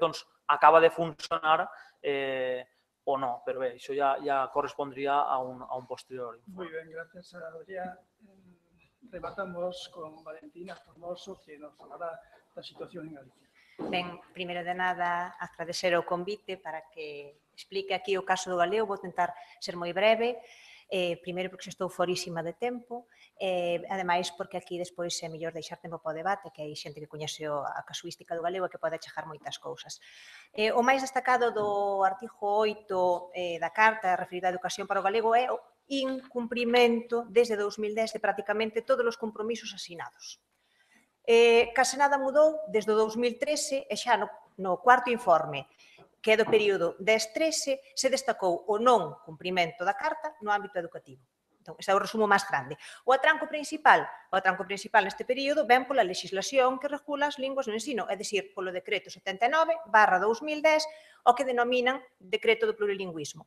Nós aquí non temos ningún modelo ni nada, nós resumímoslo todo así, no decreto do plurilingüismo. O devandito decreto non só se opón á progresividade que se contempla na propia Lei de Normalización Lingüística, senón que xa non é un decreto para regular o uso e promoción do galego no sistema educativo como eran os anteriores. Entón, iso hai que telo ben en conta. Este decreto nace para derogar, por motivos políticos que non pedagóxicos, o decreto de 2007, que era responsable dos avances dos que se dá conta no terceiro informe para a avaliación da Carta. Entón, ata aí, este marco quero que quede ben claro. Nese decreto de 2007 marcaba como mínimo do ensino o 50% das materias en lingua galega, pero parece que se creou un problema, un discurso social, e había un hipotético problema con ese decreto, que era que o alumnado en galego xa non ia aprender castelán. Entón, negábaselles un bo futuro e aos galegos nosos do futuro. Isto é moi importante porque este discurso calou está socialmente instalado. Entón, calquera outra cousa que se fale do ensino hai que movela encima destes parámetros. Entón, vou resumir o que supuxo a nivel xeral este decreto do 2010 para que se entenda logo ben onde está a falta de cumprimento neste artigo da Carta. Primeiro, abandónase calquera promoción no ensino infantil. Abandónase. 2. Abre a posibilidade a que os centros de ensino ofrezan un terço das materias en lingua estranxeira nomeadamente inglés. As horas restantes repartiránse equitativamente entre castelán e galego. Falso. 3. Prohíbese que as materias socialmente importantes, é dicir, matemáticas, física e química e tecnoloxía, se impartan en galego. Prohíbese. Entón, produces así unha involución no proceso lento que levábamos de normalización do galego nas diferentes etapas de ensino e un evidente incumprimento do asinado na Carta. Fago un repaso o máis rápido posible dos obxectivos. Parágrafo 1, os 3 primeiros obxectivos que falan de ofrecer ensino en galego nas diferentes etapas educativas. O Comité considerou que non se cumpriron xa os obxectivos do período 10-13 e nada sustancial mudou daquela, na máis que para peor. Vou por etapas. Educación infantil. Exclusión do galego, esta exclusión do galego do ensino enmascarouse nunha suposta lesión das familias a través dunha enquisa que se vendeu como a bandeirada da liberdade lingüística desde 2009, que as familias en principio elexían a lingua e que non se freou a pesar dunha sentenza do Tribunal Superior de Xustiza de Galicia que declarou nula. Mais, continua aí. Unha enquisa que non é agora lugar para falar, tendenciosa, con moitas espiñas, que agora non dá tempo a analizar, pero que se aplica nunha sociedade chea de estigmas e prexuízos cara á lingua propia. Iso tamén hai que ter claro. A isto hai que enjadirlle a castelanización do ámbito urbano, que é alarmante. É dicir, a perda de transmisión da lingua leva a que o número de crianzas castelán falantes nas cidades sexa neste momento casi residual. Coas diferenzas de matiz e interpretación que lle queiramos dar a todas as investigacións, sinalan que o galego é a lingua que sofre unha caída máis acusada de todas as que teñan rango de oficialidade no Estado, que en 10 anos se duplicou o número de persoas que nunca o utilizan. Nun contexto de poucos falantes, a maioría dos nenos e nenas galegofalantes mudan ao castelán á hora de socializar coa rapazada castelán falante. Entón, familias que queremos educar en galego aos nosos descendentes, temos realmente moitísimas dificultades, sobre todo porque o sistema educativo non axuda nada. E vemos como os cativos que algo lle ensinamos de galego na casa, abandonan a lingua inicial para se converteren en monolingües en castelán ao chegaren á escola. Por que non acompaña o sistema educativo? Porque está nesta etapa de infantil, na etapa, hai o período 03, que se nos escapa un pouco, pero o período 03 neste momento elimináronse as galescolas que eran, por primeira vez, un proxecto educativo que para a etapa de 03 que contaba con contidos en lingua galega, con contidos, con orzamento, con materiais, e sustituíronse pola rede Galiña Azul, que xa non entra dentro dese proxecto para nada. Na educación de 3 a 6 anos, o incumprimento nesta etapa é escandalosa, sobre todo en ámbitos urbanos, e vai a peor, como xa explico despois. Primeiro, elimináronse en 2010 as chamadas liñas de galego, que eran programas voluntarios de inmersión en centros urbanos. Elimináronse de raíz. inmersión aquí, nada, ningún tipo de programa dese tipo. No informe que vende sacar a mesa sobre este curso 2016-2017, só un 8,5% das escolas infantís imparten en núcleos de máis de 50.000 habitantes maioritariamente ensino en galego. E, ollo, hai cidades como Pontevedra e Ferrol en que ningún centro declara empregar o galego maioritariamente. E aumentou, porque no curso 13 e 14 era o 2,4%. Hai máis escolas, incluso, o que declara no informe da mesa, que aumentaron as escolas que sin pudor din non empregalo nunca, na etapa de educación infantil, nunca. A isto hai que engadirlle que nesta etapa de infantil, tanto de 0 a 3 como de 3 a 6, un problema grandísimo é a escaseza de materiais en galego, non só en papel, sobre todo materiais audiovisuais, materiais digitais, que na actualidade son os que priman, teñen moitos máis en inglés que en galego, obviamente.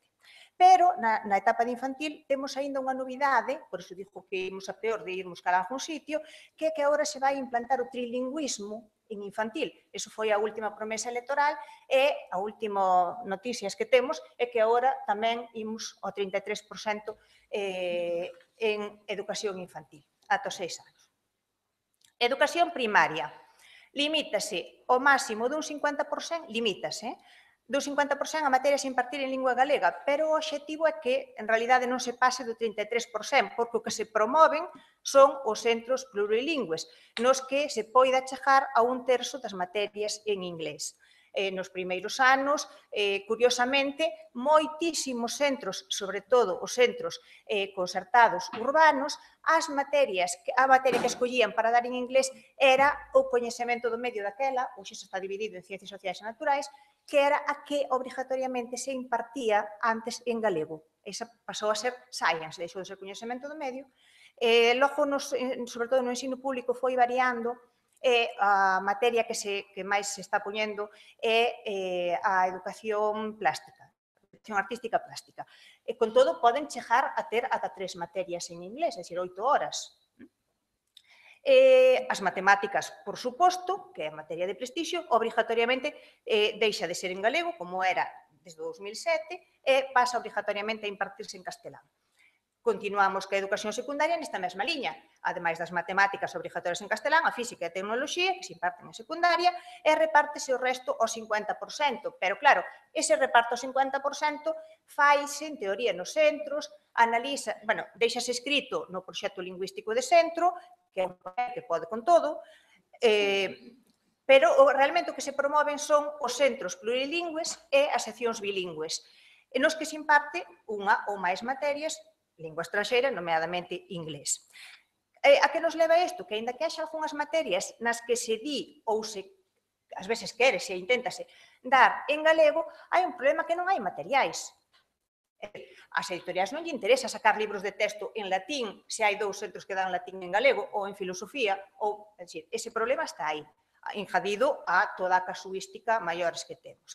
No bacharelato, non hai materias reguladas, dixe que o 50%, igual que na formación profesional, que o 50% das materias han ser nas 2 linguas ou o 33%, segundo se son centros plurilingües ou non. Volvemos á mesma, eso distribúe cada centro nun proxecto lingüístico que o que hai que justificar realmente ali datos que os números casan. Así que ti chegas as materias, pero non pasa de aí. Na formación profesional non hai moito, tivemos aquí nesta mesma mesa, nesta mesma casa, nos encontros para a normalización lingüística, viñeron profesionais do ámbito da formación profesional e demostraron e contaron que non se cumpre realmente o que di a legislación, que é ese 50% posible que se debe dar en cada módulo, que además o diferente é moito máis difícil de casar. E, ademais, para a formación profesional, a legislación di que o surrealista, porque non hai materiais para tal cousa, non hai formación para tal cousa, nin hai vontade política para tal cousa. Por lo tanto, xa todo queda así nesa cuestión. O galego, ademais, está completamente excluído da formación profesional a distancia, porque os materiais están exclusivamente en castelán. Entón, falamos dunha formación profesional na que saen traballadores e traballadoras para incluirse nun mundo laboral. Isto ten unha repercusión moi grande. A educación para adultos, ensino para adultos, o outro apartado, hai tres partes que podemos analizar. A educación para adultos que se imparte nos centros de ensino de secundaria, con profesorado propio dos centros de ensino, que tamén se regula a lingua no proxecto lingüístico de centro, é dicir, que ten a mesma casuística que acabo de explicar para a ESO e para bacharelato. Logo están os cursos CELGA destinados a preparar os exames e o certificado europeo, que descenderon en número e xa non dispoñen de profesorado que se formara previamente para impartilos. Logo, non existe ningunha formación específica para mellorar a competencia e fomentar o uso nos adultos dos diferentes ámbitos profesionais, é dicir, desde a sanidade a empresa, non hai cursos específicos ni para adultos. Apartado o obxectivo de fornecer formación básica permanente do profesorado, que é imprescindible para que se poida avanzar nos primeiros obxectivos da Carta de área secundaria. Directamente non se ofrece. Non se ofrece formación permanente ao profesorado en activo para garantir unha suficiente competencia oral e escrita, máis, é dicir, non hai de ningún tipo. Seguinte, órganos de supervisión para controlar as medidas para preparar informes periódicos dos resultados que se deben facer públicos? Tampouco. É dicir, tampouco se cumpriu este obxectivo. Este xa non estaba no terceiro informe. A Administración di que é a inspección educativa responsable de supervisión. Bueno, os que estamos nos centros de ensino xa sabemos que é o que fai a Administración educativa con este tipo de cuestións neste momento. É dicir, nada. Só comproban que os números que van no proxecto lingüístico, as porcentaxes, correspondan co que di a lei, nada máis. O único, ademais, supervísase, non hai ningún dato público nin informes, eso recriminóuselle, e no último informe da Carta dixeron, para o comité, dixeron que xa tiñan no programa de xestión de centros, que é o XADE, xa incluíran uns campos para registrar o uso do galego nos centros. Faixe o mesmo que se mete no proxecto lingüístico de centro, que encaixen ali os números, que cubre a dirección e que as porcentaxes dean. Sen máis. Eu casi prefiro deixalo aquí, fixen un repaso express, pero como creo que é mellor que no debate poidan sair cousas e participar máis. Moi ben, gracias, Valentina. Efectivamente, a segunda rolda que eu ao principio anunciei con eles ao principio para entrar directamente nesta temática do plurilingüismo, do ensino trilingüe, etc., xa non a imos abrir. De todos os xeitos, por completar o que dixo agora Valentina, que foi a que máis entrou no tema, porque era inevitable, claro. Levamos en Galicia con decreto desde o ano 2010 que se chama así, Decreto do Plurilingüismo ou para o plurilingüismo, e despois detrás dese plurilingüismo non se ve máis que lingua estranxeira barra inglés, non? Non aparece para nada outra lingua, por suposto, o galego, non? Perdón, Vieito, é que o problema deste plurilingüismo é que nunca se entende como un plurilingüismo inclusivo desde a lingua propia. Ese é o problema máis grave.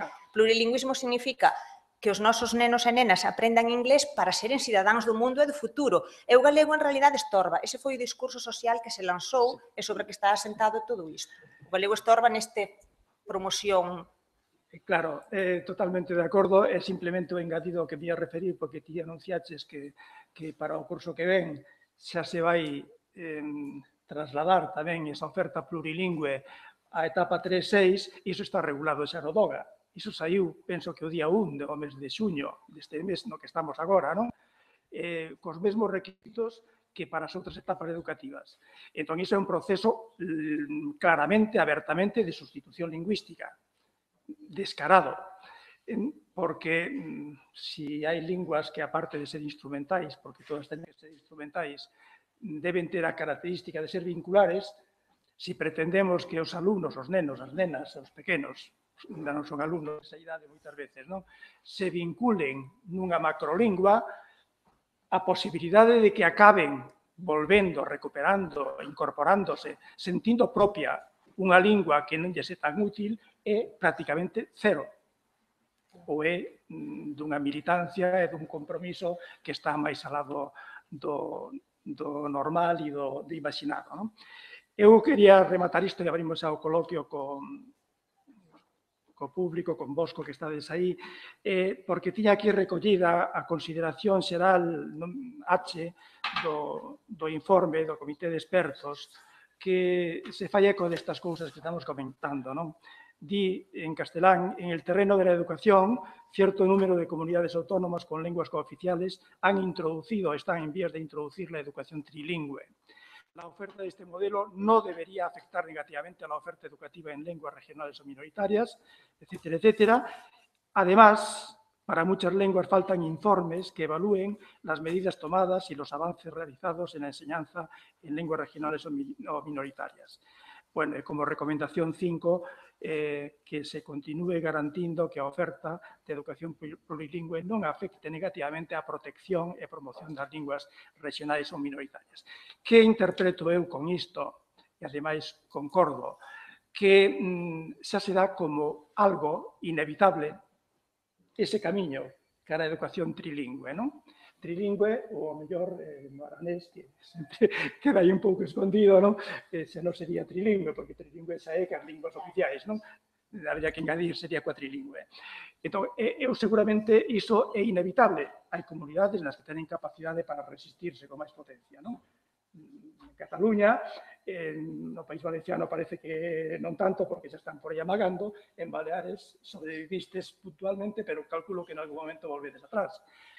E hai un modelo, por si Garbiñe, que estiven cortando moito, quere entrar puntualmente, non? Que a min sempre me chamou moita atención.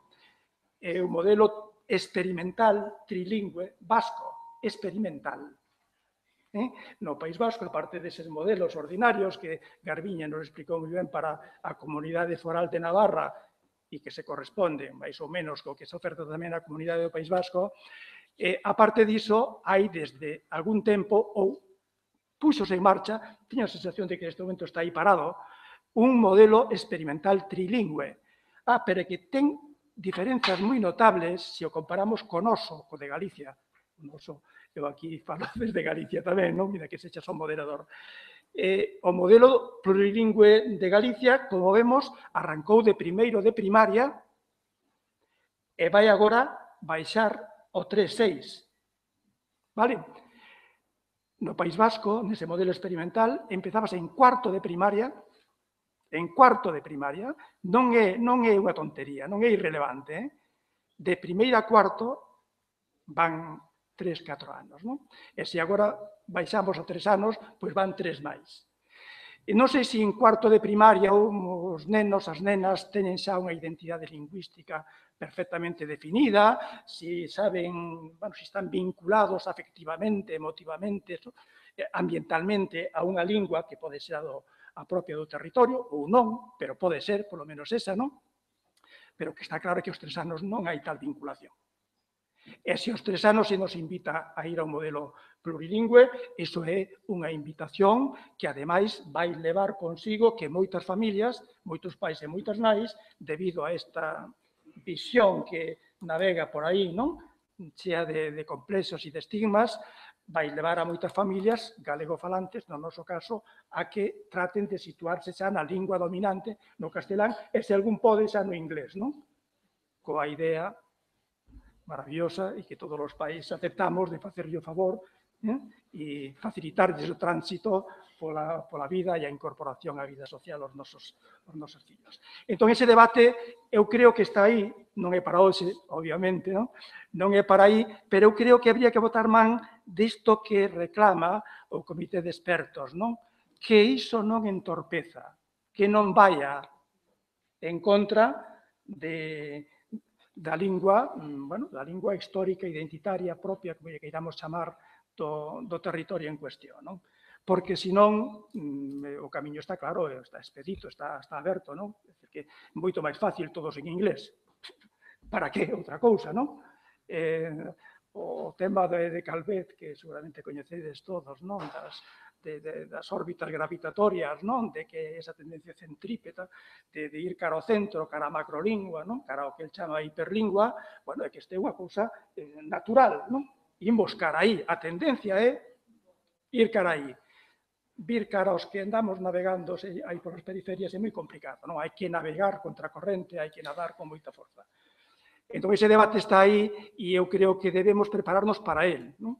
Para él, non para decir que non, eso é a miña postura persoal, porque o de non é imposible, sino para decir como, cando, con que recursos, con que procedimentos, con que estrategias, con que formación nos docentes, etcétera, non?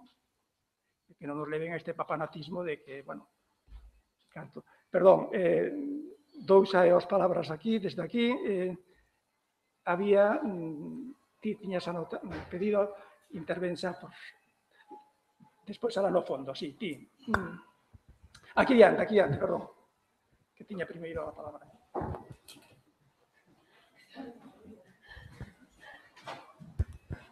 Gracias, muy brevemente. Desde esta mañana se han escuchado una serie de ponencias, de informaciones que ya no lo digo como jefe del departamento de la Carta Social, sino como español y como ciudadano, que son alarmantes, lo mínimo que se puede decir, porque hay muchos comentarios que son preocupantes a la hora de examinar la política regional y sobre las lenguas minoritarias. En particular, cuando he escuchado a la señora Formoso, le estaba diciendo al señor Ramallo que es casi un milagro que haya alguien que hable gallego en Galicia, porque la situación parece, lo menos que se puede decir, es dramática. Me imagino que algo se estará haciendo bien. Se ve una clara diferencia entre algunas autonomías, algunas regiones que quizás han comenzado antes o tienen otra política a nivel de educación, y mi pregunta va en ese sentido.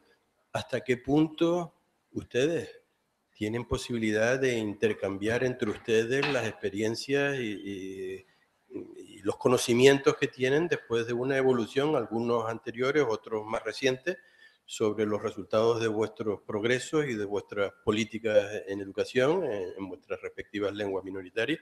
Y segundo, ¿no sería quizás el buen momento para solicitar que ese tipo de intercambio y ese tipo de conocimiento y ese tipo de aprendizaje a nivel político se pudiera hacer, entre otros, a nivel de ese departamento, de ese servicio que tú mismo, Fernando, comentaste, que existe a nivel nacional, ese departamento sobre lengua, porque yo creo que es importante que unos aprendan de los errores que han hecho otros, todos no están quizás al mismo nivel, y lo que uno, lo digo no solo a nivel español, lo digo a nivel europeo, hay gente que mira lo que se está haciendo en España, que se supone que es un país de ejemplo en muchos aspectos con respecto a otros países, con lo cual ese aprendizaje y esa lectura de los problemas que se han cometido en algunas regiones sirve no solo para las otras regiones que están en un proceso de evolución, sino nos sirve también a nosotros como buenas prácticas a utilizar en otras regiones de España que están pasando por lo que ustedes han pasado ya hace mucho tiempo.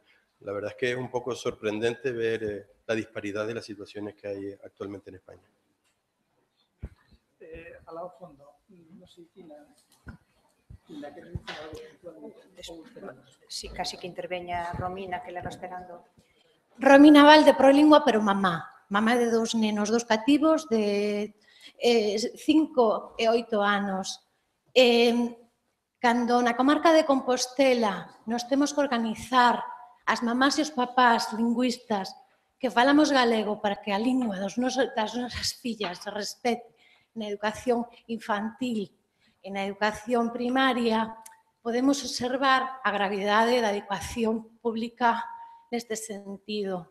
Quero dicir, cando o meu pequeno ven da aula falando en castelán, é porque o sistema está totalmente castelanizado, cando a súa lingua inicial e vehicular é o galego. A miña nena resiste porque somos 20 familias que estamos unidas e que sorteamos al 11 en primaria porque todas as nosas nenas falan en galego. Entón, se a isto se lle sumamos ese 33%, porque ademais hai un colectivo de profesorado que non está actualizado na nosa lingua, temos unha situación na que calquera neno galegofalante, cando chega á educación regrada, se volve monolingüe en castelán. Porque se os pais non son licenciados en filoloxía galega, non veñen dunha burbulla, non practican o activismo, non teñen un concepto de identidade como podo ter eu, e porque, en xeral, a xente ten prexuicios porque os gobernos, cando gobernas, pensan que a lingua que vale é o castelán. Entón, se a un profesor non comprometido ca súa lingua e lle din que ten que dar as aulas en inglés, darás en inglés en castelán. E é o que está a pasar no ensino, sobre todo porque cando chegan a secundaria xa non queda rastro do que falan, do que falaban na casa. E as competencias minguan. E non falemos xa do profesorado celga e do número de horas, 75, para adquirir unha lingua en todas as súas competencias, porque son profesora de formación de adultos. Tamén. Entón, a min gustaríame que os representantes europeos aplicaran algún tipo de sanción aos gobernos que non aplican esa carta, porque no momento en que haxa algún tipo de sanción ou se lle recrimine formalmente, pois teremos que conseguido algo. Mentres, non.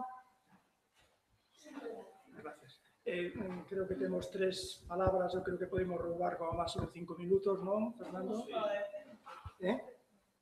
Estamos justísimos, non? Bueno, pero agora estas 3 palabras, polo menos, si pode ser, bueno, intervencións breves e, bueno, e logo se hai algo moi puntual que decir desde aquí, dicímolo e se non pechamos xa. Creo que era Salva, sí. Eu, con respecto ao tema do trilingüismo e, en concreto, é unha pequena discrepancia da valoración que ten que ver tamén con unha cousa que estamos vendo, polo menos en Galicia. O decreto de plurilingüismo di que anualmente hai que avaliar o cumprimento do decreto, cousa que non se fai ou polo menos que non se coñecen os datos públicos. A mí me gustaría que se fixera esa avaliación e eu creo que a percepción que temos sería exactamente a contraria. Eu creo que en xeral é un modelo que é un fracaso e que as familias non apoian unha vez que se aproba, digamos que se implanta. Eu as experiencias que teño, en concreto nos institutos dos meus fillos, é que había unha materia de bioloxía que se impartía así e por presión dos pais se deixou de impartir. Porque a percepción que temos é que os rapaces e as rapazas non aprenden bioloxía, non aprenden historia, a pobreza léxica dos profesorado é terrible. Entón, eu creo que unha vez que se implanta, a avaliación que teñen as familias é que a implantación do inglés como lingua vehicular de materias é un fracaso, que ten que haber máis horas de inglés e con menos alumnos.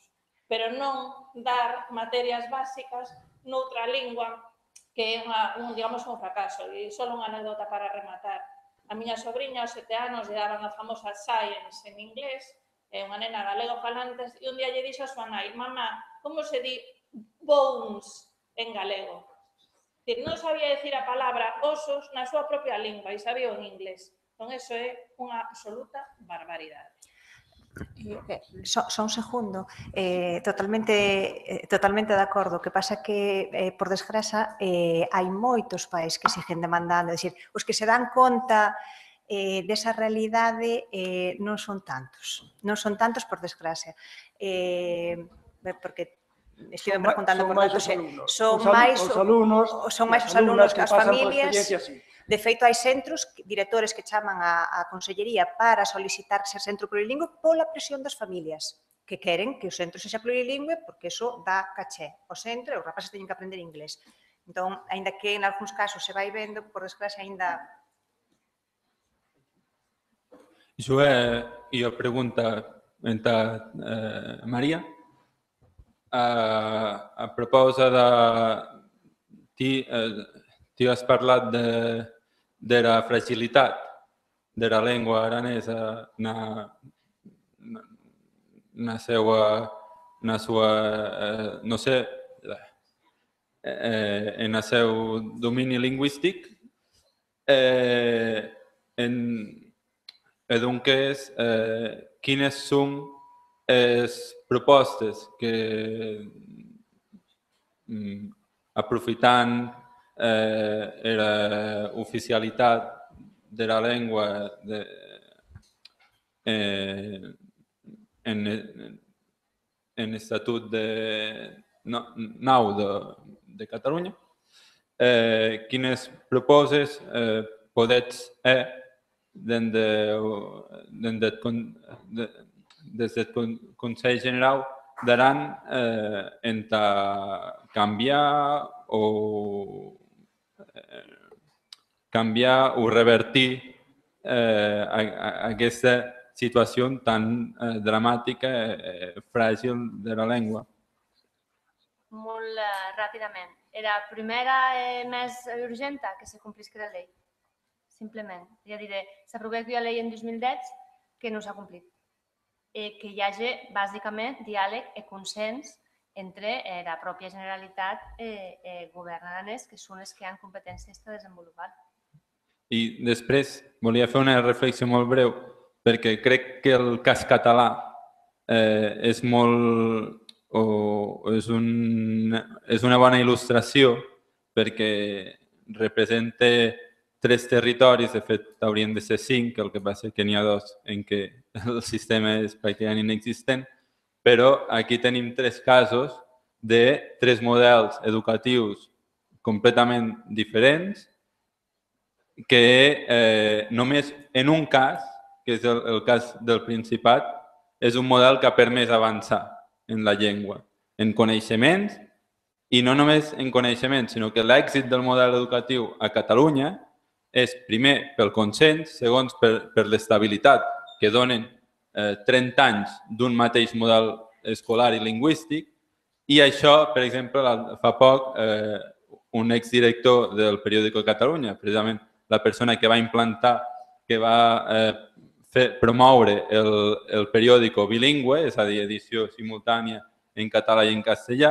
va dir que fins al moment en què es va fer a finals dels anys 90, no recordo si va ser el 99 o 2000, més o menys, abans era impossible fer això, perquè no hi havia demanda de la societat de llegir mitjans de comunicació en la seva llengua, ni hi havia una població suficientment escolaritzada en la llengua pròpia com per poder afrontar una lectura de mitjans de comunicació en català.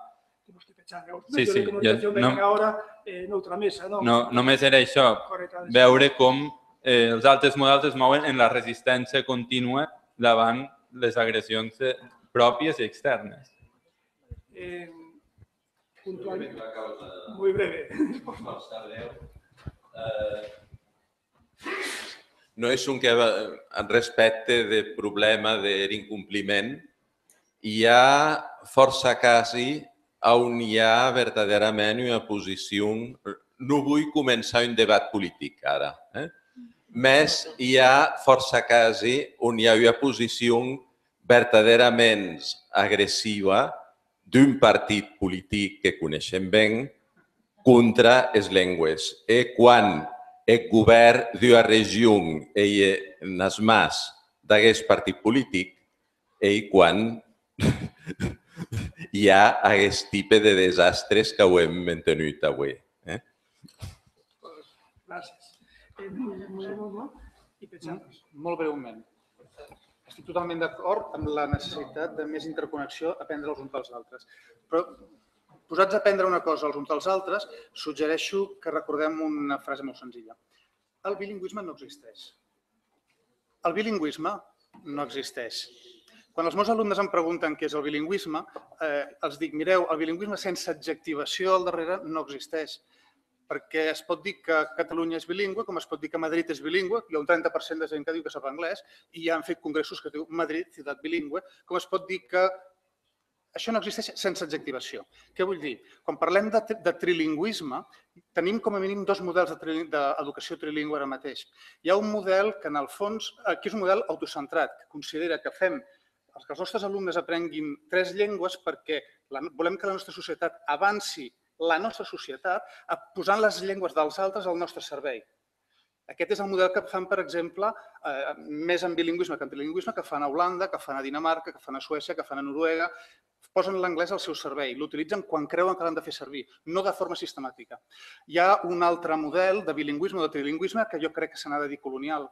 És el model que s'aplica en aquells països que vol que els seus fills només puguin treballar de cambrers per quan vinguin els turistes, només puguin treballar com en els centres, els call centers, per poder servir la gent de fora. Hem de saber el model de país que volem. Si apostem per un país autocentrat o apostem per un país que senzillament el que vol és ser mà d'obra barata en un mercat lingüístic al servei dels altres. Como no podemos abrir debate, pensámoslo de esta manera y muchas gracias a todos.